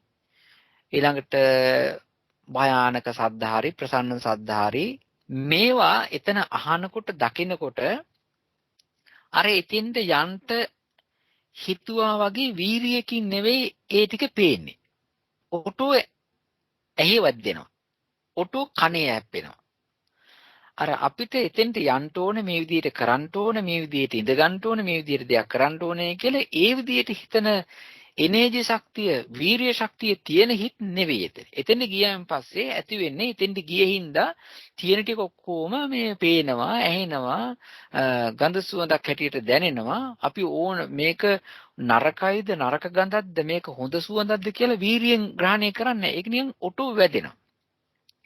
ආන්න එතකොට ඇති වෙනවා මොකද්ද? මේ කියන්නා වූ විපාක සිත්. ඒව ඇවිල්ලා එනර්ජි වලින් ශක්තියෙන් අඩුයි. මේක එතෙන්ට ගියේ හින්දා. එතකොට ඔන්න ඔය ස්ථාන දෙකේ වැඩ කරන්නා වූ සිත්වල තිබෙන වෙනස්කම අපි ඔය විදිහට හඳුනා ගන්න අතර අර අපේ මේ නෝනා අහපු එකට උත්තරෙත් ඒකෙම තියෙනවා. දැන් අපි හිතා ගන්නවා මෙහෙම. භාවනා කරන්න යන්න ඕනේ. භාවනා වැඩසටහනකට යන්න ඕන, සම්බන්ධ වෙන්න ඕනේ කියලා හිතනවා. ඒක ශක්තිය වැඩි. ඒකේ හේතු වැඩි. ඒකට වීරියත් එකතු වෙලා. චේතනා ශක්තියක් තියෙනවා. ඒව ඇවිල්ලා කුසල්. දැන් එතෙන් ගිහිල්ලා දැන් ඔන්න කොහොම හරි භාවනා මධ්‍යස්ථානයක් හරි කොහොම හරි ඉතින් එක්කාසුකන දේ හොයාගෙන ගියා. ගියාට පස්සේ එතන ඉතින් හොතට තියෙනවා. එතන ගියාන් පස්සේ මේ එතන ඉන්න අය ඇඳගෙන ඉන්න විදිය, ඒගොල්ලෝ වාඩි වෙන තාලේ, ඒගොල්ලෝ හැසිරෙන විදිය, ඊළඟට ඒ ශාලාව දැන් භාවනා කරන්නට යන්න ඕනේ කියලා හිතුවා මිසක එතෙන්ද ගිහිල්ලා මම භාවනා කරන්නට වාඩි වෙනකොට මෙහෙම ලස්සන වහලයක් බලනවා, මෙහෙම හොඳ සද්ද ඒගොල්ලෝ කතා කරනකොට අහනවා, ඒගොල්ලෝ ඇඳලා පැනදලා ඉන්න හැටි මෙන්න මේ විදිහට මම බලනවා, දකිනවා, ඊළඟට ඒගොල්ලෝ යපු දේවල් මේ විදිහට කනවා බොනවා, ඒව මොකක්වත් හිතන්නේ නැහැ. ඒවා එතෙන්ට ගියාට පස්සේ ඒගොල්ලන්ගේ සංවරශීලී හැදියාව පිළිපැදීම ඇහැට පේනවා. ඒ ඉබේ එනවා. ඒ වගේම චක්කු විඥාන පහළ වෙනවා. කතා කරන හොඳ වචන චක්නේ සෝත විඥාන පහළ වෙනවා. ඒවා එතෙන්ට ගියාන් පස්සේ එතකොට ඒවා එතනින් එන්නේ ඉබේ. ඒ වගේම ඒ ඉබේ කියලා කිව්වට ඉබේ කියලා කියන්නේ කාරණයක් හින්දායි. එතෙන්ට ගිය නිසා මේ ඉන්ද්‍රිය ස්පර්ශ වීම නිසා ඇති වෙන්නේ. හැබැයි ඒකට එතනින් ඒ විදිහට වුණාට එවැනි දෙයක් සිද්ධ වෙන්න පරණ ශක්ති විශේෂයක් ඕකේ තියෙනවා. දැන් තියෙනවනේ යම් කිසි දෙයක් සිද්ධ වෙන්න ළඟ හේතුවයි දුර හේතුවයි කියලා. දැන් මෙතන තියෙන්නේ මොකද්ද? හේතුව දුර. සිද්ධ වෙලා තියෙන්නේ බොහොම ඈත පරණ එකක්. ඒ වගේම ඒක නිසා අපිට මේ හේතුව එතනදී පේන්නේ නැහැ. ඒකෙන් නොපෙනී ඒකෙන් උලුප්පලා දෙන විඥාන ගතිය විතරක් මතුවෙනවා. එතකොට ඔය වීරිය කිරීම, ඡන්ද, චිත්ත, විරිය, විමර්ශා කියන දේවල් යුදන්ට ඒක ඔය සත්‍තිස් බෝධිපාක්ෂික ධර්ම වඩන්ට ඒවා කරන්ට යනකොට ඒ සිත්වල වීරිය තිබෙනවා අපිට හොඳට කරන්න පුළුවන්. මේ අහේතුක සිත් තේරුම් ගන්නට අමාරුයි. මේක තේරුම් ගන්න තව ඩිංගක් ඉවසීමෙන් ඉන්න වෙනවා. ඒ ඉවසීමෙන් ඉන්න වෙන්නේ කොයි හරිය දක්වාද? ඉවසීමෙන් ඉන්න ඕනේ සෝමනස්ස සහගත සිත්වල තිබෙන චෛතසික ටිකක් කතා කරලා ඊට පස්සේ රූපාවචර අරූපාවචර සිත්වල තිබෙන චෛතසික ටිකක් අපි කතා කරලා ලෝකෝත්තර සිත් වැඩ කරන තාලේ චෛතසික කතා කරලා දැන් අපි දෙවෙනි කොටේ ඉන්නේ අකුසල සිත්වල චිත්ත මේ චෛතසික සමායෝගයේ එක්තරා විදියකට අපි විස්තර කරගත්තානේ. දැන් අහේතුක කොටේනේ. දැන් තව තියෙනවා කුසල කොට රූපාවචර අරූපාවචර ලෝකෝත්තර කොටවල් හතරක් ගැන කතා කරන්න තියෙන. ඒ වගේ කොහොමද මෙවුවා පළපදියම් වෙන්නේ පట్టල වෙන්නේ කියලා. ඒ ටික ඉවරුණාට පස්සේ අපිට තව වැඩක් තියෙනවා කරන්න. ඕවා ඇත්තට මේ කොහොමද ඉන්නේ කියලා. ඕවා කොහොමද ඉන්නේ කියලා. ආන්න එතෙන්ට යනකල් පොඩි ඉවසීමකින් ඉන්නත් වෙයි කියන එකත් මම මතක් කරනවා. අපු එකට පොඩි උත්තරයක් තමයි මිලවාදනේ. මට පොඩි ධාරිකයන් මම කරගන්න තියෙනවා. විශේෂයෙන්ම තීරණ උපේක්ෂා සහගත සම්පීර්ණ සත්‍යයක් ගැන කතා කරනකොට වහන් සඳහන් කළා යම් එකක්ම විපාක තර බලයක් නැහැ කියලා. එතකොට මතක් වුණා පහුගිය දවසක අපි කතා කළා මේ අකුසල විපාක සම්පීර්ණ සිතේ නිසා අර්ථ කරන එක්වීම ඇති කරන ප්‍රතිසන්දියක් ඇති කරනවා කියලා. එතකොට සොන්ද මම සමාජ මම තේරුම් ගත්ත හැටි වැරදි වෙන්න පුළුවන්. කරුණාකර පැහැදිලි කර දෙන්න. එතකොට එහෙම බලයක් නැත්නම් කොහොමද ඒක ප්‍රතිසන්දියක් සඳහා උපකාර වෙන්නේ? එතන පොඩ්ඩක් පැහැදිලි කර දෙන්න ස්වාමීන් තේරුම් ගන්නයි. ඇත්ත වශයෙන්ම මේ අකුසල මේ ඔය විපාක සිත්වල මේ විපාක සිත්වල ඔය කුසල හෝ වේවා අකුසල හෝ වේවා ඒ කර්ම සිත්වල තියෙන තරම් බලයක් නැහැ. දැන් අපි හිතමු මෙහෙම. මේ සමහර වෙලාවට මේ අපි දැකලා තියෙන සමහර මිනිස්සු නිකන් ඔය බලාගත්ත ගමන් හේ ඉන්නවා. වෙන දෙයක් ඒ අයට හිතන්න කියන්න බෑ. නිකන් ඒගොල්ලෝ බලාගෙන ඉන්නේ මොකටද කියලා අපිට තේරුම් ගන්නටත් බෑ. නිකන් ඔහි බලාගෙන ඉන්නවා.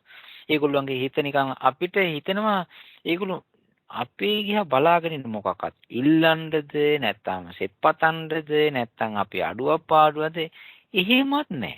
ඔහේ ඉන්න ඒගොල්ලන්ට මේ යම්කිසි තීරණයකට යන්නත් බැරි නොහැකියාවෙන් වගේ තමයි ඔය ඉන්නේ.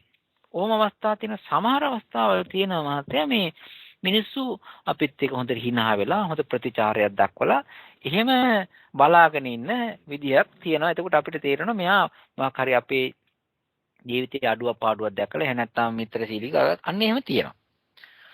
මේ ඔය විපාක සිත් ගැන කතා කරනකොට ඒකේ ක්‍රියාකාරී සිත් ක්‍රියා පිළිබඳව කියනකොට තමයි ඔක කියන්න හිතාගෙන ඉන්නේ.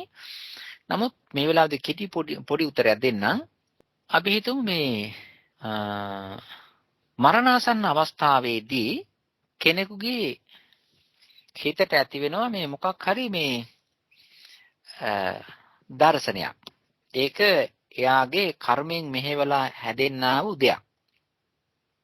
කර්මයෙන් මෙහෙवला කරපු කර්ම වලට අනුකූලව එයාට මේ එයාගේ හිත ඉස්සරහ පිට මේ ධර්ම ආරම්මණයක් හැටියට හරි එහෙම නැත්නම් බාහිර රූප ආරම්මණයක් හැටියට හරි මොකක් හරි දෙයක් කොහෙ තියෙනවා.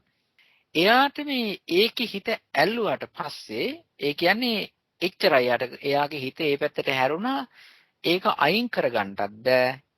ඉතින් ඔහි හිත පවතිනවා. මොකක්ද ඒකට කියන්නේ? සම්තිර්ණ හිත. මේ සම්තිර්ණ හිතට තියෙනවා මෙහෙම එකක්. චෛතසික ධර්ම තිබෙනවා 10ක්. ස්පර්ශේ වේදනා සංඥා චේතනා ඒකාග්‍රතා ජීවිතේන්ද්‍රිය මානසිකාර විතක්ක ਵਿਚාර අදිමෝක්ඛ. මේ අදිමෝක්ඛ කියන එක ඇවිල්ලා කෙලිම මේ ඒකට ෆික්ස් වෙනවා වගේ. ඒක කියන්නේ ඒකෙන් කියන්නේ තණ්හාව නෙවෙයි. මේක ඇලීම නෙවෙයි. අපේ ඒ මරණාසන්න ඒ මිනිස්යාගේ හිතට මොකක් හරි ගිනි ජාලාවක් හරි භයානක කළු පාට රූපයක් හරි එහෙම තිබුණාම ඇති වෙච්ච ගමන් එයාට මේ ඒකේ තග්ගට ලෝභයෙන් නෙවෙයි අවුවෙන්නේ ඒකේ හිත ටිකක් બ્લોක් වෙලා වගේ යනවා. ඊට පස්සේ මොකද වෙන්නේ? එතනින් එයාට කරගන්න දෙයක් නැති වෙන. එයා ඒක එපා කියන්නෙත් නැහැ. එයා ඒක ඕන කියන්නෙත් නැහැ. දැන් අපි කියන්නේ තිගෙස්සුනා වගේ කියලා සමහර වෙලාවට ඒක මේකට අදාළ නැහැ. නමුත් අපි කියන්නේ මම තීරුම් ගන්නට බැරි වුණා නිකන් සුනා මට අන්දමන්ද වුණා මොකක්වත් අන්න ඒ වගේ ස්වභාවයකට හිතාගත්තම මෙයාගේ චුතිය ඇති වෙනකොට එයාගේ හිත අරකේ બ્લોක් වෙලා තියෙන්නේ. ඒ બ્લોක් වෙච්ච ගමන් එයාට එතනින් අයින් කරන්න කියලාවත් මොකක්වත් කරගන්න කියලා මොකක්වත් නැහැ. හොඳ හරි නරක හරි ඒක පිළිබඳව ඉන්න. ඊට පස්සේ එයා එතෙන්ට ගියාට පස්සේ ඔය පටන් ගැනීම. එතෙන්ට ගියාට පස්සේ එයාට ඔය සිත නෙවෙයි තියෙන්නේ. දැන් මේ බලාගෙන අපි හිතමු ගිනි ජාලාවක් හරි මොකක් හරි එතනදී හිත අහකට ගන්න බෑ. නිකන් පින්තූරේ બ્લોක් වුණා. කොහොම හරි ඒක අහු වෙනකොටම එයාගේ විඥානේ ඒ පැත්තට තල්ලු වෙලා ගියා. දැන් ආපහු වෙන්න බෑ. එතෙන් ගියාට පස්සේ භවංග හැටියට ඔවා තිබුණාට ඊට පස්සේ ඇති වෙන දේවල් ඔක්කොම ඒක දිහා බලාගෙන ඉඳලා දෙවෙනි හිත හැටියටපත් වෙන්නේ. ඒක හොඳ ඒවා නෙවෙයි. ඒවා ඔක්කොම හරි කටුකයි. කෑ ගහන ඒ වගේම දුක් වේදනා ඇති වෙන්නා වූ දේවල්. ඒවා හරිම මේ භයානකයි. ඒක නිසා මේ ආරම්භක අවස්ථාවේදී ඇති වෙන දේ උපේක්ෂා සහගතයි කියලා කියන්නේ ඔන්න ඒ නිසා එයාට සතුටිමුත් නෙවෙයි ඒක බයකුත් නැහැ සතුටකුත් නැහැ අප්‍රියත් නැහැ නිකන් හිත બ્લોක් වුණා වගේ පවතින ස්වභාවයක් නිසා තමයි ඒකට කියන්නේ උපේක්ෂා සහගත සම්තිරණ හිතකින් ඇති වෙන කියලා. හැබැයි මේක මේ ඒ තරම් මහ මේක ඇති වෙන්නේ ඇත්ත වශයෙන්ම තමයි සිද්ධ කරලා තිබෙනා වූ යම්කිසි පෙර සිද්ධ කරලා තිබෙනා වූ යම්කිසි දෙයක විපාකයක් හැටියට තමයි මේ બ્લોක් එක සිද්ධ වෙන්නේ. ඒක නිසා තමයි මේකේ හැම විපාක සිතක්ම විපාක දෙන්න එනකොට ඒකේ ශක්තිය මේ විපාක දීම හැටියට ඉලිප්පිලා ආවට ඒකට කුසලයේ තිබෙනා වූ ශක්තිය හරි අකුසල තිබෙනා වූ වීර්ය ගතියක් හරි ශක්තියක් හරි ඒකට නෑ. ඒක නිසා විපාක සිත් සලකන්නේ දුර්වල සිත් හැටියට. හැබැයි ඒ දුර්වල සිත් කියලා කියන්නේ ඒකේ තිබෙනා වූ ඒක ක්‍රියාත්මක කිරීමට එන කුසලයට සාපේක්ෂවයි. කුසලයට හරි අකුසලයට සාපේක්ෂවයි ඒක දුර්වලයි කියන්නේ. හැබැයි හිතන්න හොඳ නෑ. එහෙම උණයින් පස්සේ එහෙනම් කෙනෙක් හිතන්න පුළුවන් මේව. එහෙමනම් මේ අපායේ ගියත් ඒ තරම් ඉතින් උපේක්ෂා සහගත නම් ඉතින් කමක් නෑ. එහෙම හිතෙන්න පුළුවන්. නෑ. එහෙම නෙවෙයි. අපාය කියන්නේ කටුකයි. කරකසයි. ඒකේ දුක් චේතන ඇති වෙනවා. භයානක චේතන ඇති වෙනවා. ඒ වගේම මේවා මේ අර කාය විඥාණයෙම හරි දුක් සහගතයි. ඒක නිසා මේ විදිහට මේ විපාක දෙනකොට මේ වගේ මේ දුර්වල ස්වභාවයක් තියෙනවා කියලා කියන්නේ අර කරන්නා වූ කර්මයට සාපේක්ෂවයි. විපාක හැම එකක්ම දුර්වලයි. ත්‍රිවන් සරණයි. කොහොම පෙන්සානාස මම අහන විදිය ප්‍රශ්න කීපයකට බවාංශගේ දීර්ඝ පිළිතුරෙන් පැහැදිලි වුණා ත්‍රිවන් සරණයි. හොඳයි අපි එතකොට මේ ඊළඟට අපිට කතා කරන්න තියෙන්නේ කුසල සිත්වල තිබෙනා වූ සමායෝගයයි. මේ කුසල සිත්වල තිබෙන එක මේ වෙලාවට අපි එකක් දෙකක් කතා කරමු කියලා මම හිතනවා. හේතුව එතකොට අපිට මේ තේරුම් ගන්නට පුළුවන් වේවි. මම හිතනවා එකක්වත් කතා කරත් හොඳයි කියලා. එතකොට තවත් මේ අහේතුක සිත්වල තිබෙනා වූ අහේතුක සිත්වල තිබෙනා වූ යම්කිසි පැහැදිලි කර ගැනීමක් එහෙම අවශ්‍ය නම් ඒකත් ඇහුවාට කමක් නැහැ කියලා මම කරුණාවෙන් මතක් කරනවා. මොනවාද තියෙනවද? අපි ඊළඟ පැත්තට හැරෙමු. හොඳයි. එහෙනම් අපි ඊළඟට කතා කරමු. කුසල් සිත්වල චෛතසික සමායෝගයේ හරි අපූර්වයි. කුසල් සිත්වල චෛතසික සමායෝගය හරිම ලස්සනයි. ඒ වගේම හරිම අපූර්වයි. ඒක අපි පළවෙනි කුසල් සිතේ තිබෙන්නා වූ චෛතසික සමායෝගය සහ ක්‍රියාකාරී ස්වභාවය අපි දැනගනිමු මෙන්න මේ විදිහට. දැන් සෝමනස්ස සහගත ඥාන සම්පයුක්ත අසංඛාරික කියලා සිතක් තියෙනවනේ. ඒ සෝමනස්ස සහගත ඥාන සම්පයුක්ත අසංඛාරික පළවෙනි සිත හරි ප්‍රබලයි. ඒක කුසල් සිතක්. ඇයි එහෙම කියන්නේ? කරුණු තුනක් ප්‍රධාන වශයෙන් එනවා. හේතුව සෝමනස්ස කියනකොටම මේ පින්වතුන්ට තේරුම් ගන්න පුළුවන් අනිවාර්යයෙන්ම ප්‍රීතිය නම් ඇතෙයි කියලා. හරි. ඥාන සම්පයුක්තයි කියලා කියනකොට නම් තේරුම් ගන්න පුළුවන් වේවි එහෙනම් ප්‍රඥා චෛතසිකේ ඇතේ කියලා. හොඳයි. අසංඛාරික කියලා කියනකොට මේ තේරුම් ගන්න පුළුවන් අනිවාර්යයෙන්ම ඒකේ ශක්තිය වැඩි, වීරිය හොඳට වැඩ කරනවා, තීන මිද්දේම නැtei කියලා. ඒ විදිහට හිතා ගන්නවා නම් හොඳයි. දැන් මේ සෝමනස්ස සහගත ඥාන සම්පිත අසංඛාරික කියන මේ සිත ප්‍රබල ශක්ති සම්පන්න හොඳ කුසල් සිතක්. ඒකේ වැඩ කරනවා මෙන්න මේ චෛතසික ධර්ම ටික. සර්වචිත්ත සාධාරණ 7ක් වැඩ කරනවා. ඒ වගේම විතක්කයයි, විචාරයයි, අධිමෝක්ඛයයි, වීරියයි, ප්‍රීතියයි, ඡන්දයයි කියන 6 දෙනාම වැඩ කරනවා. එතකොට ඔතනම තියෙනවා 13ක්. චෛතසික ධර්ම 13ක් තියෙනවා. ඒ විතරකුත් නෙවෙයි. ඒ හිතේ තව වැඩ කරනවා මෙන්න මෙහෙම.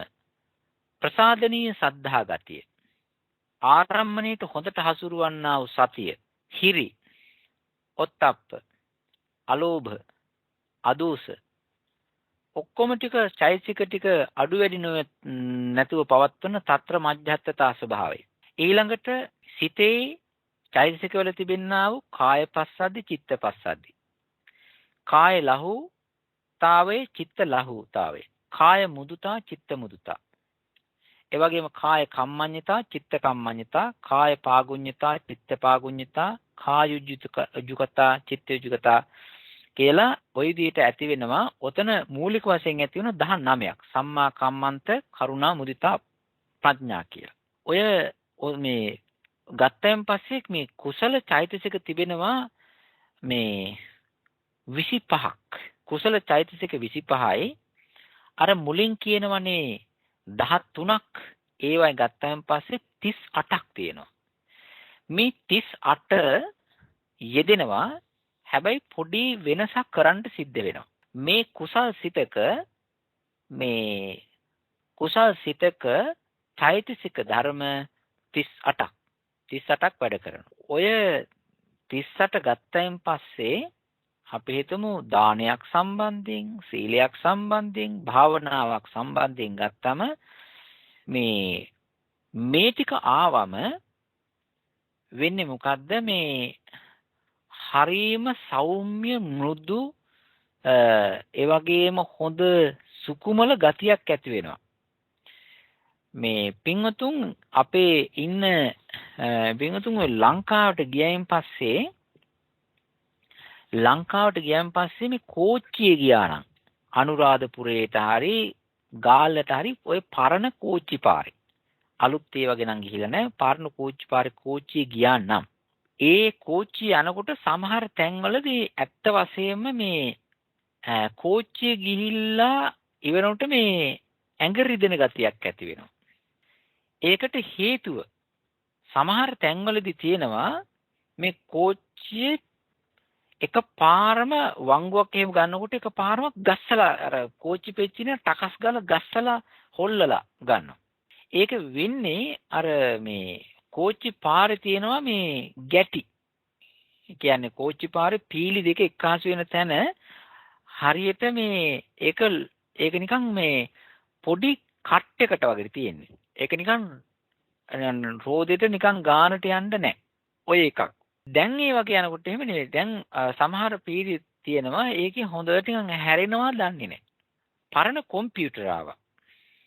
කම්පියුටර් වල තියෙනවා මේ අර තියෙන පික්සල් ඉන්නේ ඔය ස්ක්‍රීන් එකේ තියෙන පොඩියට තියෙන කොටු ඔය රූපවාහිනී යන්ත්‍ර වලක් තියෙනවනේ. පුංචි පුංචි. ඒවා වැඩි වෙන්න රූපේ ලස්සනයි. ඒ පික්සල් අඩු වෙන්න රූපේ ලස්සන නෑ. නිකන් කටු නිකන් එහෙම තමයි තියෙන්නේ.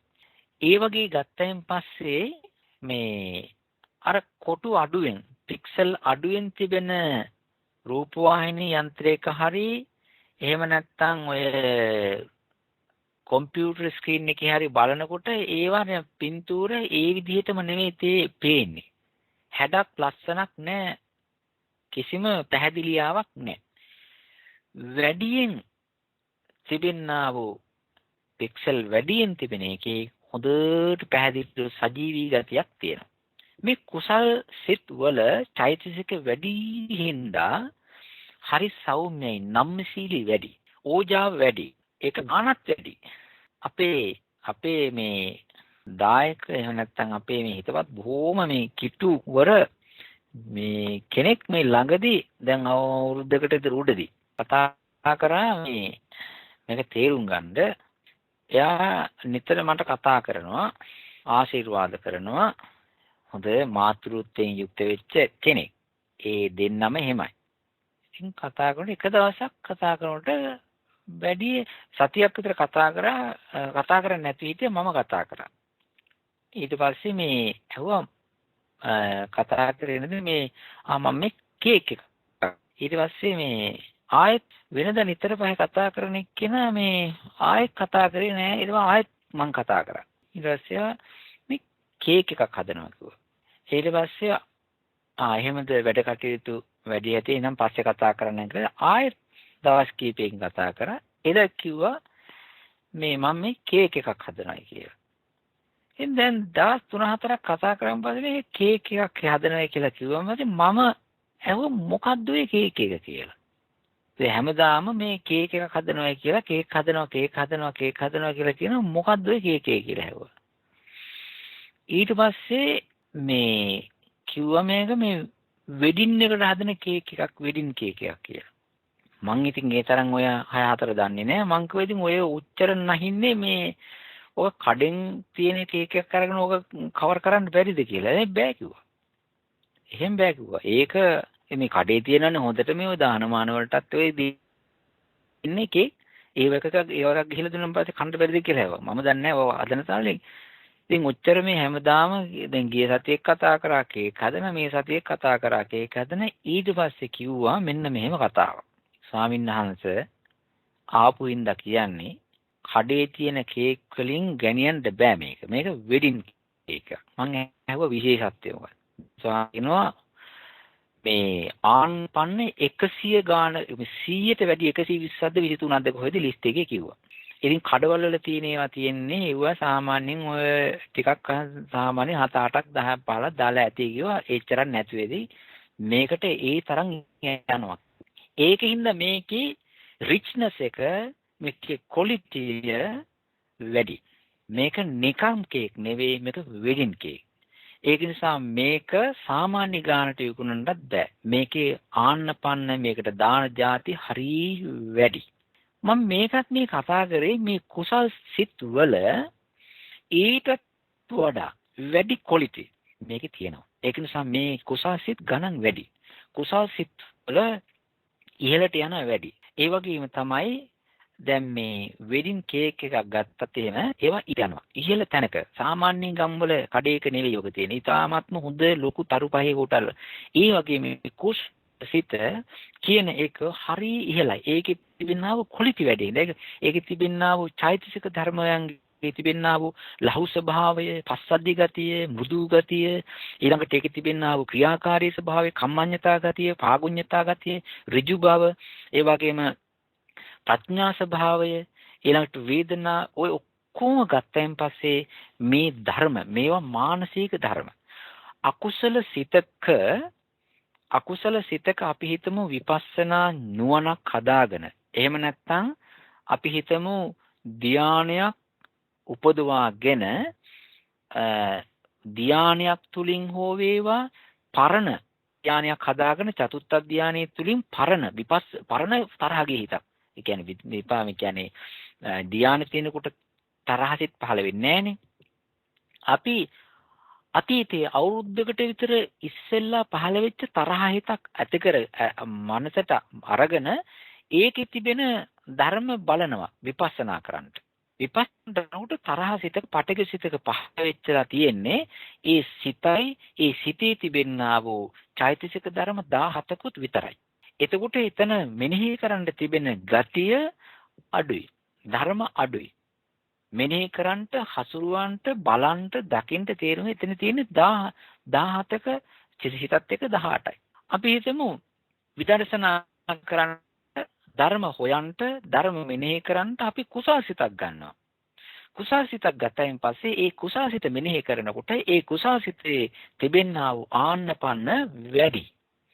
අර කේක් එක වගේ මේකේ තිබෙන රිච්නස් එක වැඩි. ඒක නිසා කුසාසිතක තිබෙනා වූ ධර්ම මෙනෙහි කරන්ට ඕන නම් පස්සය වෙනම, වේදනාව, සංඥාව, චේතනාව, ඒකාග්‍රතාවය, ජීවිතේන්ද්‍රිය, මානසිකාරය, විතක්ක, ਵਿਚාරය, අදිමොක්ඛේ, වීරිය, ප්‍රීතිය, ඡන්දේ, සද්ධා, සති, හිරිය, ඔත්තප්ප, අලෝභ සාදු වශයෙන් මේක දිගට ඇස්සේ තිබෙනවා මහා ගුරු බලන්න.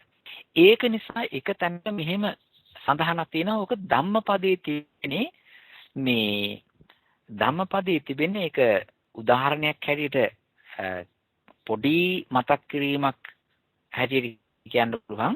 මේ කුසල් සිතක හැදෙන අපි හිතමු චෛතසික ධර්ම 38ක් වැඩ කරනවායි කියලා.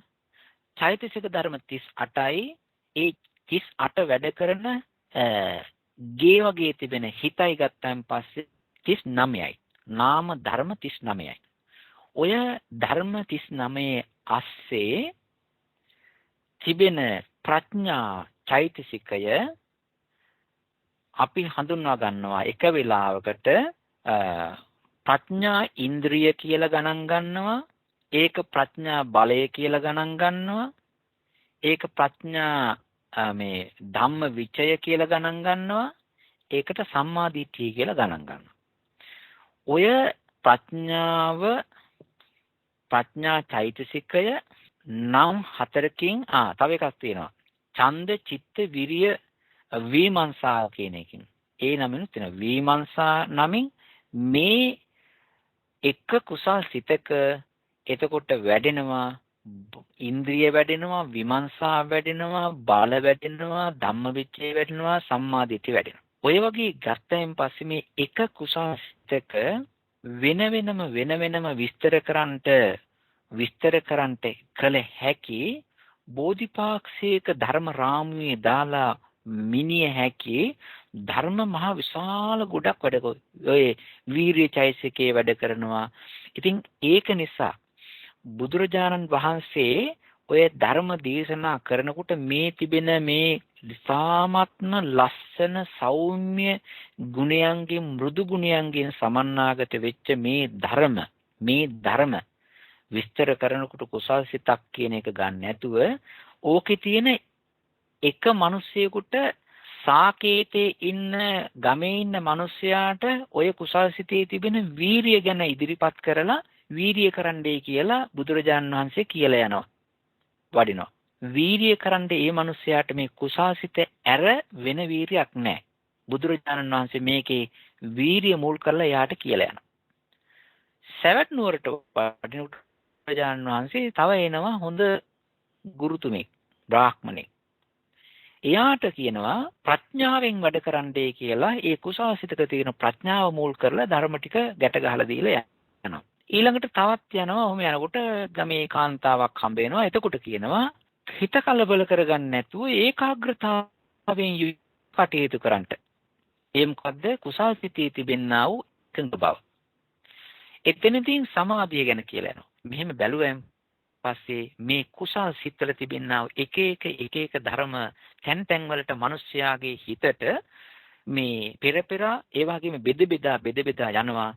අපි මේ ඔක්කොම එකට අරන් තමයි මේ ධර්මයේ කතා කරන්නේ. එතකොට මේකේ තියෙනවා අපි තේරුම් ගත යුතුයි කුසල් සිතක් කියලා කියන්නේ තාමත්ම විසිතුරු, ඒ වගේම ආම්පන්න වැඩි, රිච්නස් එකෙන් වැඩි, ඒ වගේම කලර් එකෙන් වැඩි, හොඳට වැඩි වෙන්න යම්කිසි ධර්ම සමූහයක් වැඩි වෙන්න හොඳයි කියනවනේ. දැන් සාමාන්‍යයෙන් කියන්නේ උදාහරණයක් කියලා ගන්නකො බලන්න අර කේක් එක පැත්තකින් තියලා ගන්නකො බලන්න මේ තේ එකක් ගත්තයින් පස්සේ උණු වතුර තේ කොළ ටිකක් දානවා, උණු වතුර දැම්මා, ඉතින් බොනවා. ඒ තරම් ඉතින් කරුණු දෙකයිනේ වතුරයි තේ. ඊට පස්සේ ඕකට දානවා තව එකක් වැඩි කරනවා. කිරි ටිකක් දානවා. වතුරයි තේ කිරි. ඕකට තව දානවා තව එකක් වැඩි කරනවා. කිරි වලට තව දානවා මේ සීනි ටිකක්. එතකොට උණු වතුර තේ කිරි සීනි. වැඩි වෙන්න මේක ප්‍රණීතයි. ඕකට තව ඉඟුරු කෑල්ලකුත් දානවා. සමහර අය චොකලට් දානවා. ඔය එක එක ಜಾති වැඩි වෙන්න මේක හොඳට මේ අර ඒකේ තිබෙන සුවඳ, ඒ කුසල්සිතේ තිබෙන හයිය, ශක්තිය වැඩි. නිකන් ලුණුයි මිරිස්ඩිංගුයි දාලා පරිප්පු හදනවට වඩා ඕකට ඔය තියෙනවනේ අර මොකද්ද මේ ස්පයිසස් දාලා එක එක ಜಾති ජම්ම දාලා හොඳට හැදුවෙන් පස්සේ ඕක රහට එනවනේ. කුසල්සිතත් ඔය වගේ. ඉතින් අපි සමාධි හිතකින් යුක්තව ගියන් පස්සේ අකුසල සිතක තියෙන ධර්ම ලිහලා විදර්ශනා කරන්න යනකොට ඒකේ කයලි අඩුයි. කුසල සිතක් අරගෙන ධර්ම හොයලා බෙදලා ඒක කොටස් කරලා විපස්සනා කරන්න යනකොට ඒකේ වැඩ වැඩි. ඒක නිසා කුසල සිත විපස්සනා කරනකොට රිච්නස් එක හරියට තියෙනවා. එතකොට අකුසල සිතක තිබෙනා වූ ධර්මතා 17 හිතත් එක්ක මෙනෙහි කරනකොට අපි හිතමු 17 වතාවක් මෙනෙහි කරයි කියලා. එතකොට විපස්සනා වෙනවා අනිත්‍ය වශයෙන් 17 වතාවක්. ඒ හිතටත් එක්ක 18 වතාවක්. එතකොට ඒක දුක්ඛ වශයෙන් මෙනෙහි කරොත් ඒත් 17 වතාව 18 වතාව හිතත් එක්ක. අනාත්ම වශයෙන් මෙනෙහි කරොත් ඒත් 18 වතාවයි.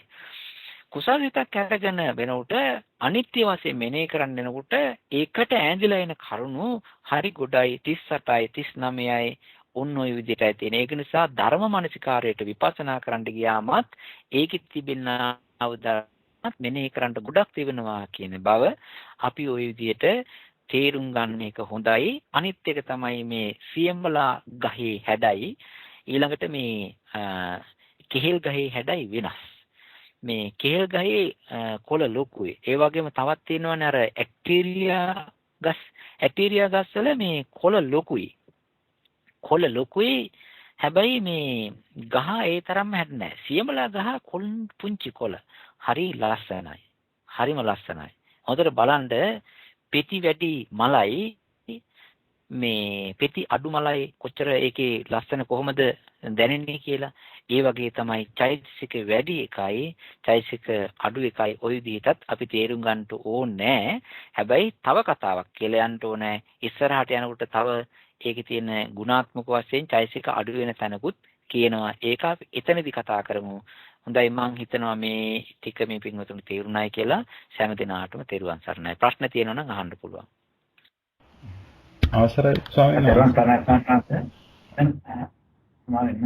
මෙතන දැන් මේ කුසල් චෛතසික වැඩි වෙන මේ ප්‍රබලයි කිව්වා මේ ප්‍රබල වෙනකොට කුසල් සිත මේ චෛතසික වැඩි වීම නිසා ඒ ප්‍රබල ගතියෙන් සම්මාංශ එහෙමනම් මේ අකුසල් චෛතසික ප්‍රතික්ෂේප කරන ගතියක් වැඩි වෙනවා එතන අකුසල චෛතසිකයට ඉඩක් ඇත්තෙම නැද්ද මේ වගේ ප්‍රබල වුණාම ඉතින් ඇති වෙනවා ඒ අකුසල චෛතසික ප්‍රතික්ෂේප කරන ගතියක් සම්මත කරනවා. අකුසල් සිත් ප්‍රතික්ෂේප කරන්න පුළුවන්. ඒ වගේම තමයි මේ ඉහළට යනකොට අකුසල් සිත් හැටියට උපේක්ෂාවෙන් දැනගන්න ගතියකුත් තියෙනවා. ඒ වගේම තමයි මේ චෛතසික ධර්ම වැඩි නිසාවෙන් ඒ පැත්තට ප්‍රසාදයේ වැඩි වෙනවා, හොඳ ගතිය වැඩි වෙනවා, සෞම්‍ය ගතිය වැඩි වෙනවා. ඒ වගේම අකුසල පැත්තට මේ බර වෙන්නේ නැහැ. ඒවා ඉවත් කරන්නට හිත පෙළඹෙනවා. තව එකක් අපි මතක් කරන්නට කැමති කෙනෙකුට ප්‍රශ්නයක් ඇති වෙන්න පුළුවන්, හිතට කාරණයක් මතුවෙන්න පුළුවන් මෙන්න මේ විදිහට. එහෙමනම් එකපාරක් දෙපාරක් ඔය කුසල්සිතක් වැඩුණාට පස්සේ ඉතින් ඒ කුසල්සිතේ බලයෙන් ඉතින් මේ ප්‍රබලතාවය නිසා ඉතින් මේ අකුසල්සිත දුරු කරන්නට ශක්ති සම්පන්න වෙන්න ඕනේ. ඉතින් එහෙමනම් කුමටදයි මේ තවත් ඉතින් ඔය කුසල් කරන්නට අමාරු කළ. ඒකේ මෙහෙම එකක් තියෙනවා. මෙහෙම තියෙනවා මේ ඔය හැම එකෙම තිබෙනවා මේ ආසේවන ප්‍රත්‍ය කියලා එකක්. ආසේවනතාවේ නිතර මේ ගිය ගතිය, හිතේ හැදිච්ච ගතිය. මේ මහත්ලා ඔය ගෙදර ඉඳලා උදේ පාන්දරට වාහනේ අරගෙන ඔෆිස් එකට යනවා ඇති. ඔය ඔෆිස් එකට යනකොට මේ හැමදාම සඳුදා අඟහරුවාදා බදාදා බ්‍රහස්පතින්දා සිකුරාදා සෙනසුරාදාත් වරුවක් හරි යනවා ඇති. ඉතින් එහෙම ගියයින් පස්සේ තමන්ගේ ඇහැ තමන්ගේ ශරීරයේ හිත හැම එකක්ම ඒ පාරේ ඒ සිග්නල් හරහා යන්න පුරුදු වෙනවා. ඒ නවත්තන තැන් ඊට පස්සේ හැරෙන තැන් හොඳට මතකයි නිකන් හිතට ප්‍රෝග්‍රෑම් වෙනවා. ඒ ගිහින්ද සමහර වෙලාවට ඉරිදත් අපි හිතමු ඒ පැත්තෙම යන කඩේකට යනවා කියලා ගෙදරකට හරි ඒ අර දවස් 5ක් හරි 6ක් හරි ගිහිල්ලා තියෙන පුරුද්ද නිසා ඉරිදට සමහරලාට අර පුරුද්ද නිසා ඒක ඔෆිස් එක වහලා තිබුණත් එතෙන්ට හැරෙවෙන ගතියක් තියෙනවා. අන්න ඒ වගේ සංසාරයේ ගොඩාක් කල් හිතට පුරුදු වෙච්ච නිසා අකුසලය ඒකට ගරු තැනක් තියලා තියෙන නිසා හිත ඒකට වැඩි තැනක් තියලා තියෙන නිසා ඒ පැත්තට යන ගතිය වැඩි. ඒක ආසේවන ප්‍රත්‍ය බුදුරජාණන් වහන්සේ ඒක නිසා තමයි සූත්‍ර දේශනාවල් වල පවා සඳහන් කරන්නේ කුසල ධර්මයන් ආසේවති භාවේති කරෝති කියලා. ආසේවනය කරපුවාම භාවිත කරපුවාම ඊළඟට බහුලීකృత කරපුවාන් පස්සේ ඒක ට්‍රැක් එකේ හුවට යන ගතිය වැඩි වෙන හරි පහසුයි. තෙරුවන් සරණයි. අවසරයි ස්වාමීන් වහන්සේ. එතකොට දැන් මෙතනදී කුසල් සිත්වල ශ්‍රද්ධාව තියෙනවායි කිව්වා. එතකොට මේ ශ්‍රද්ධාවන් තියෙනවා නම් මේ එතකොට බුද්ධ ශාසනයෙන් එපිට කුසල් කිරීමක් වෙන්නේ නැහැ වගේ ගතියක් අපිට තේරෙනවා. එතකොට කොහොමද ස්වාමීන් වහන්සේ තීර්ථකයෝ වගේ අය එතකොට අන්‍ය අර බුදුහාම දෙන්න කලින් අර ධානය ලැබලා හිටියේ එතකොට ශ්‍රද්ධාව නැතුව ඒ ධානය වලට ගියේ කොහොමද කියන ප්‍රශ්නේ එනවා. කුසල් කරන්න බැරිද එතකොට ශ්‍රද්ධාව නැතුව කියන එක මතුවලා විතරයි වෙන කියන්නේ බුද්ධ ආදී අටතනක ශ්‍රද්ධාව නැත්තම් කුසලයක් වෙන්නේ නැද්ද ස්වාමීන් වහන්සේ? ඒක හිතිය යුතු තැනක්. හැබැයි නියම කුසාසිතක් හැදෙන්න නම් හේතුඵල ධර්මයේ බාර ගන්නා වූ හිතක් වෙන්න ඕනේ. ඒ නියම සද්ධා හිත ප්‍රසාදනීය හිත කියලා කියන්නේ ඒකයි.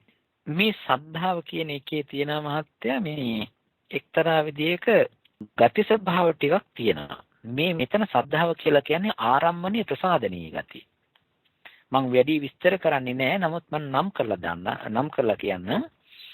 මේ සද්ධාව මේ පැහැදින ගතිය විස්තර කරන මෙන්න මෙහෙම එකක් තමයි ආගම සද්ධාව, අධිගම සද්ධා, ඕකප්පන සද්ධා, පසාද සද්ධා කියලා. මේ සමහර හිත් වලින් සමහර හිත් තියෙනවා මේ ආගම සද්ධාව කියලා කියනවා මේ පෙර ජීවිතවල හොඳ දේවල් කරලා ඒකෙන් ඒක හිතට පැනපදියම් වෙලා ඒ විදිහට හිතන්න, ඒ විදිහට මෙනෙහි කරන්න, ඒ විදිහට දිගටම ගොඩාක් කාලයක් සද්ධා සිත වැඩිලා ආවන් පස්සේ ඒක හිතේ පුරුදු වෙච්ච නිසා මොන ආගමේ හිටියත් එයා ඒ පුරුද්දට ඒ ප්‍රසාදයට ඒක කරගෙන යනවා. එහෙම ආපු සද්ධාවට කියනවා මේ ඒක විශේෂයෙන්ම බෝධිසත්වයන් වහන්සේලාගේ සිත්වල තමයි තියෙන්නේ.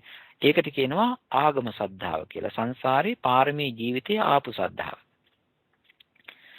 අනිත් එක තියෙනවා මේ අධිගම සද්ධාවේ කියලා. අධිගම සද්ධාව කියලා කියන්නේ මේ චතුරාර්ය සත්‍ය ධර්මයන් අවබෝධ කරගන්න අවස්ථාවේදී ස්ථාවරව හිතේ පිහිටන්නා වූ හේතුඵල ධර්මයන් පිළිබඳව බුද්ධ ධම්ම සංඝ යන ත්‍රිවිධ රත්නය පිළිබඳව නවලෝතුරා ධර්මයේ පිළිබඳව ප්‍රසාද කරන අදාහ ගන්න ප්‍රත්‍යක්ෂ වශයෙන් බාර ගන්න නිවැරදිව බාර ගන්න ප්‍රසාදනීය ගතියට කියනවා අධිගම ශ්‍රද්ධාවයි කියලා.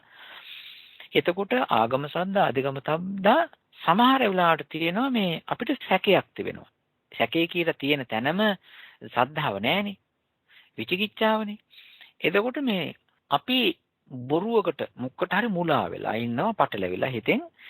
එහෙම වුණායින් පස්සේ මේ කරුණු කාරණා ගලපලා දානවා.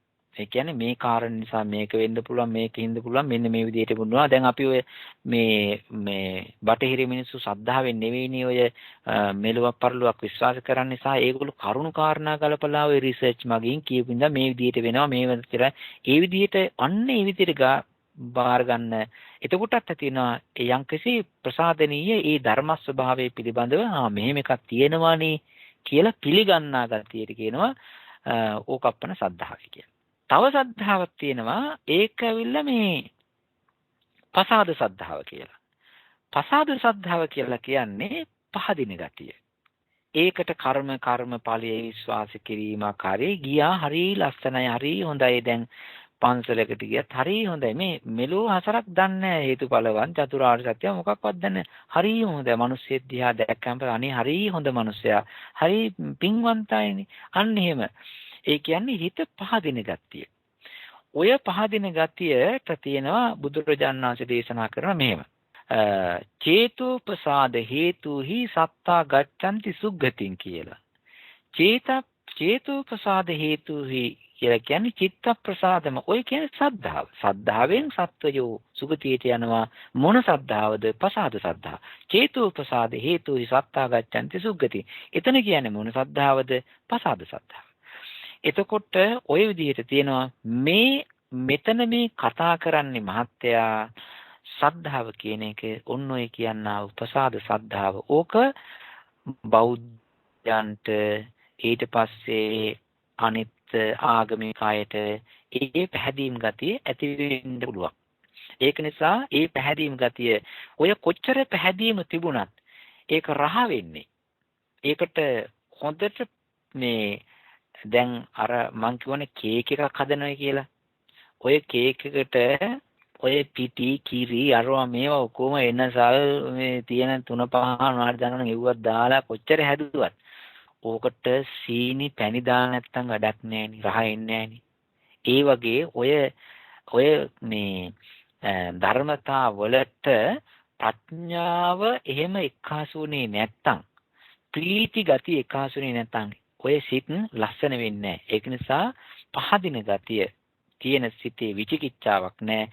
ඒක හැබැයි ඒ දරණ කරුණු කාරණා වලට අනුකූලව මෙලෝ පරලෝ විශ්වාස කිරීම පුනර්භවයේ තියෙනවා නැද්ද බාර ගන්නවා හැටියට සහ කර්මයේ කර්මඵලයේ තිබෙන විපාක තේරුම් ගන්නවා බාර ගන්නවා ඒ හැටියට ඒ ප්‍රමාණයට මේ වගේ තිබෙනා වූ ශක්තියත් අඩු වැඩි වෙනවා බල දුබල බවට පත් වෙනවා. බොහොම පිං ස්වාමීන් වහන්සේ තිරුවන් සරණයි ස්වාමීන් වහන්සේ මම පොඩි ප්‍රශ්නයක් අහන්නේ. ඒකට මට කෙටියෙන් පිළිතුරක් දෙන්න. මේ බය කියන එක ස්වාමීන් වහන්සේ මේ බොහොම දේශනවලක් තියෙනවා. නමුත් බය කියලා චෛතසිකයක් නැත්තේ මොකද කියලා කරුණාකර පැහැදිලි කරලා දෙන්න තිරුවන් සරණයි. බය කියලා කියන්නේ මහත්තයා මේ බය කියලා ලෝකේ හැටියට ඉදිරිපත් කරාට ඒ සිද්ධිය මේ බය කියලා කියන්නේ යම්කිසි ආරම්මණයකට කරන්නා වූ තදබල එපා කිරීම.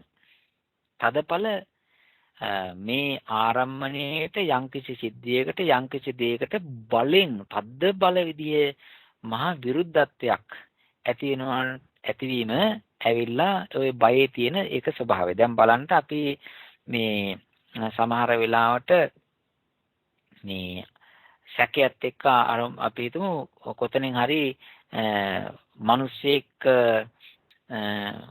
වැටුණා නම් මැරුණා නම් එතෙන්ට බයයි. ඒ කියන්නේ බය කියලා කියන්නේ ඒ දේ මට සිද්ධ වෙයි, ඒ සිද්ධිය ඔතන තියෙනවා. අන්න ඒ වගේ ඒ සිද්ධියට ඒ ස්ථානෙට අකමැති කිරීමක්, හිත කැමැති නැතිවීමක්, හිත අප්‍රිය කිරීමක්, හිතින් ඒක දුරු කිරීමක්, හිත ඒ තැනට එපා, ඒක පිළිකුල් කිරීමක්. ඒකට කියනවා ඒක බය. දැන් මිනිස්යාටත් එහෙමයි. ආවන් පස්සේ යම් අපි යක්කු ගැන අහලා තියෙනවා නිකන් ඇස් එළියට දාගත්ත, ඒ වගේම සම්පූර්ණ ශරීරයේ මහ විශාල කළු දිගරුම් තිබෙනා වූ, ඒ වගේම මහා දල දෙකක් වගේ දත් දෙකක් දෙපැත්තේ දෙන මස් කාලා ඒ වගේම ලී පෙරෙන්නා වූ ඒ වගේ මේ රූපයක් අපේ හිතේ මැවෙනවා. ඉතින් ඒ වගේ මැරුණන් පස්සේ අපේ හිත ඒක බාර ගන්න හැම වෙලාවෙම අපිට සැකයක් තියෙන යාම කයි කියලා. ඉතින් හැම වෙලෙම එයා ඒ රූපේ, ඒ චිත්‍රයේ, ඒ පින්තූරේ, ඒ අදහස හැම වෙලෙම එපා කරන. ආන්න ඒ එපා කරවන්නේ හිත බාර ගන්නට කැමති නැත්තේ දේශසහගත හිතින්. ඒක නිසා බය කියලා චෛතසිකයක් නෑ. ඒ දේශේ තමයි බය හැටියට වැඩ කරන්නේ. දේශේ තමයි කනගාටු හැටියට වැඩ කරන්නේ, දුක හැටියට වැඩ කරන්නේ, සෝකේ හැටියට වැඩ කරන්නේ. ඒ ඔක්කොම මේ ද්වේෂසහගත දේශය, පටිඝය. තෙරුවන් සරණයි. තෙරුවන් සරණයි ස්වාමීන් වහන්සේ. අප්‍රමාණ පිං. තෙරුවන් සරණයි ස්වාමීන් වහන්සේ. අපි එහෙමනම් අද දවසේදී අපි සාකච්ඡා නිමා කරන වෙලාවට ළඟට තියෙන නිසා සාකච්ඡා නිමා කරමු. මම ගෞරවයෙන් ශ්‍රීමති මාත්මිට මෙන්නද අද සාකච්ඡා නිමා කරන්න පෙර අද සාකච්ඡා පිටුමද ප්‍රකාශ කළා. ස්වාමීන් වහන්සේට පින් දෙන්න පුළුවන්. ස්වාමීන් වහන්සේට මෙන් තෙරුවන් සරණයි. බොහොම පින් ගලවත් මහත්මයා. සෑම දිනකටම තෙරුවන් සරණයි. අවසරයි ස්වාමීන් වහන්සේ. අපිට එක්ක වශයෙන්ම මේ අභිධර්ම පාඩම මේ විදිහට ඉගෙන ගන්න වෙන අවස්ථාවක් නැහැ. ඉතින් ඒ නිසා අපිට ඉතාම වටිනා විදිහට මේ පාඩම් මාලාව ගෙනියාම ගැන වහන්සේට අප්‍රමාණ පිං. ස්වාමීන් වහන්සේ වහන්සේ නිදුක් නිරෝගී සුවපත් දීර්ඝායුෂ භාවය ලැබේවා ප්‍රාර්ථනා කරන බෝධියකින් උතුම් අමාමහ නිවනට සුව පහසු වෙනපත් වෙන්න මේ පින් හේතු වේවා, වාසනාව වේවා. ඒ වගේම සහභාගී වූ සැමටත් ධර්ම රේඩියෝවෙන් සවන් දුන් සෑම සියලුම දෙනාටත් අපිට නන්නයිරින් ආධාර කරන සෑම කල්යාණ මිත්‍ර මිත්‍රයන්ටත් මේ අවස්ථාව පින් අනුමෝදන් කරන්න අවස්ථාවක් විදිහට ලබා ගන්නවා. සෑම දිනකටම තෙරුවන් සරණයි. තෙරුවන් සරණයි. අපි ගෞරවයෙන් ස්වාමීන් වහන්සේට මෙමු. දැන් හැම දිනකටම තෙරුවන් සරණයි. ඉතින් අපේ පින්වත් ලලිත් දලුවත් මහත්තයා අත් වශයෙන්ම මේ අපේ හිතන හැටියට, මම පෞද්ගලිකව හිතන හැටියට මේ එක්කාසු වෙලා ඉන්න ධර්මකාමී කල්යාණ මිත්‍ර හැඟීමෙන් යුක්ත වෙච්ච මේ පින්වත් මහත්ම මහත්මීන් මෙන් එක්කාසු කරගෙන මං හිතන හැටියට මේ ඔක්කොම නෙවෙයි මේකේ ඉන්නේ තව ගොඩාක් විශාල පිරිසක් ඒ රේඩියෝ හරහා ධර්මය අහනවා, දැනගන්නවා. ලෝකයේ විශාල පිරිසකට ධර්මයේ බෙදා දීමක් මේ කරන්නේ. ඉතින් ඒක මේ සුළුපටු කුසලයක් එහෙම නෙවෙයි හිතා බැලුවාම. ඉතින් මේක මහා විශාල ධර්ම ප්‍රචාරයක්, ධර්මයේ විසුරුවා හැරීමක්. වරින් වර මම සවන්නට සෙසරට කියන ඒ වෙබ් එකේ මම ගිහිල්ලා බලනවා. ඒ විවිධ ස්වාමින් වහන්සේලාගේ ධර්ම දේශනාවල් තිබෙනවා. ඕන වෙලාවක කම්පියුටරයක් තියෙන පින්වතෙකුට ගිහිල්ලා ඒවා අහන්න පුළුවන් අවස්ථාවක් සැලසෙනවා. ඉතින් ඒක නිසා ගොඩක් සන්තෝෂ වෙන්න නිහතමානීව හැමදෙනාමත් මේ කෘතවේදීව ඒ මහත්යාට පින් දෙන්නත් ඕන. අපිත් ඒ විදිහමයි. ඉතින් අපි වුණත් මේ කාලය අරගෙන ලෝකයට පිහිට වෙන්නේ මහත්යාගේ ඒ මූලික ඉදිරිපත් වීම මත ඉතින් ලලිත් දලුවත් මහත්මයා ලොකු ධර්ම සේවාවක් විශාල ධර්ම සේවාවක් මේ සිද්ධ කරන්නේ. ඉතින් මේ ඇතිවෙන්නා වූ කුසල් සිත් වල ඉතින් අපි හාර අවසල බැලුවොත් එහෙම ඕකේ තියෙන බල, ඕකේ තියෙන ශක්තිය, ඕකේ තියෙන ධර්ම බලය මෙච්චරයි මෙපමණයි කියලා ප්‍රමාණයක් කරලා දක්වන්නට බෑ. ඒ ලලිත් මහත්තයාගේ. ඒ වගේම තමයි මේ අහන මේ සංවිධානය කරන ලලිත් මහත්තයාට එක්කාසු වෙලා උදව්පකාර කරන මේවා බණ ධර්මයේ ව්‍යාපාරයේ මේ ප්‍රචාරය කරන්න මිනිස්සුන්ගේ හිතවලට මේ අවබෝධය ලබා දෙන්න අනිත් මහත්මාකින් එක්කාසු වෙමේ ඒ මහත්වලගේ ඒ මහත්මින්ගේ හිතවල ඇති වෙන කුසල්සිත අප්‍රමාණයි. දැන් ඔය තියෙනවනේ මේ කුසල්සිතක් ඇති වෙනකොට අකුසල්සිත වගේ නෙවෙයිනේ. ඒකේ සකලමනා හරි ගුඩයිනේ. ඒකේ කලමනාව වැඩිනේ. ඒකේ ස්පයිසි ගතිය වැඩිනේ. රිච්නස් එක වැඩිනේ. ඉතින් ඒක නිසා ඒ ධර්ම මණ්ඩලෝවා. ඕවා ඔය කුසල්සිතක් කියලා කියන්නේ කුසල්සිතේ තියෙන්නේ ධර්මතා මණ්ඩලයක්. ඒක නිසා ඒ ධර්ම මණ්ඩලයේට ධර්ම එක්කාසුවට මේ පින්වතුන් පිළ ගැහුණා. ඒ වගේම බණ අහනවා, ප්‍රශ්න අහනවා. ඒ අහන නිසාම අපි පුළුවන් හැටියට ඉදිරිපත් වෙලා කියලා දෙනවා. ඒකින් අපිට පින් සිද්ධ වෙනවා. කුසල් වැඩෙනවා. ඒ නිසා මහා ලොකු ධර්ම ධනස්කන්ධයක්. ඒ වගේම ආර්ය ධන එක්කාසු කිරීමක්, ආර්ය ධන රැස් කිරීමක් තියෙනවා. මේ පින්වත් ලලිත් දලුවත් මහත්මයාටත් අසාගෙන ඉන්නා වූ සහ සම්බන්ධ වෙලා සිටින්නා වූ පින්වත් මහත්මීන් සෑම දිනාටමත් මේ බණ කතා කිරීමෙන්, ඇසීමෙන්, සාකච්ඡා කිරීමෙන් ලැබෙන්නා වූ උපදින්නා වූ කුසල් චේතනාවල් වල තිබෙන ධර්ම ශක්තියේ බලයෙන්, චේතනා ශක්තියේ බලයෙන්, කුසල ශක්තියන්ගේ බලයෙන් වගේම බුද්ධ ධම්ම සංඝ යන ත්‍රිවිධ රත්නයේ අනන්ත පරිමාණ ගුණ බලයෙන් නිරෝගී භාවයේ සැලසේවා. කායික වශයෙන්, මානසික වශයෙන් දුකක්, කරදරයක්, හිංසාවක්, පීඩාවක්, අතුරු අන්තරාවක් නොමැවේවා. අපි කතා කළා වූ ද්වේෂ, ලෝභ සාගත සිත් පහළ නොවේවා. ද්වේෂ සාගත සිත් පහළ නොවේවා. මෝහ මූලික සිත් පහළ නොවේවා. අකුසල සිත් 12ම පහළ වෙන්න මේ පින්වතුන්ගේ හිතේ ඉඩක් නැති වේවා. ඒ වෙනුවට සෝමනස්ස සහගත වශයෙන් හෝ උපේක්ෂා සහගත වශයෙන් කුසල චේතනාවල්ම දිගින් දිගට පහළ වේවා. ඉවසීමත් වැඩේවා. බෝධිපාක්ෂික ධර්ම වැඩේවා. ඒවා දැනගන්නටත් නුවණ පහළ වේවා.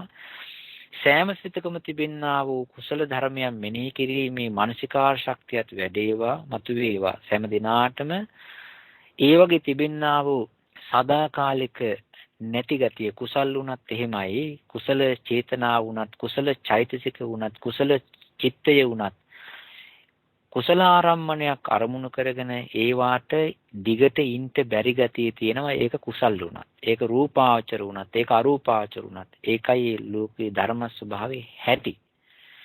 ඒක නිසා ඒ කුසල් සිත්වලත් ඇලෙන්නේ නැතුව, රූපාවචර අරූපාවචර සිත්වල ඇලෙන්නේ නැතුව ලෝකෝත්තර සිත් හරහා සෑම දිනාටම පරම ශාන්ත වූ නිර්වාණ ධාතුව සුවසේ අවබෝධ වේවා කියලා මං මෛත්‍රියෙන් ප්‍රාර්ථනා කරනවා.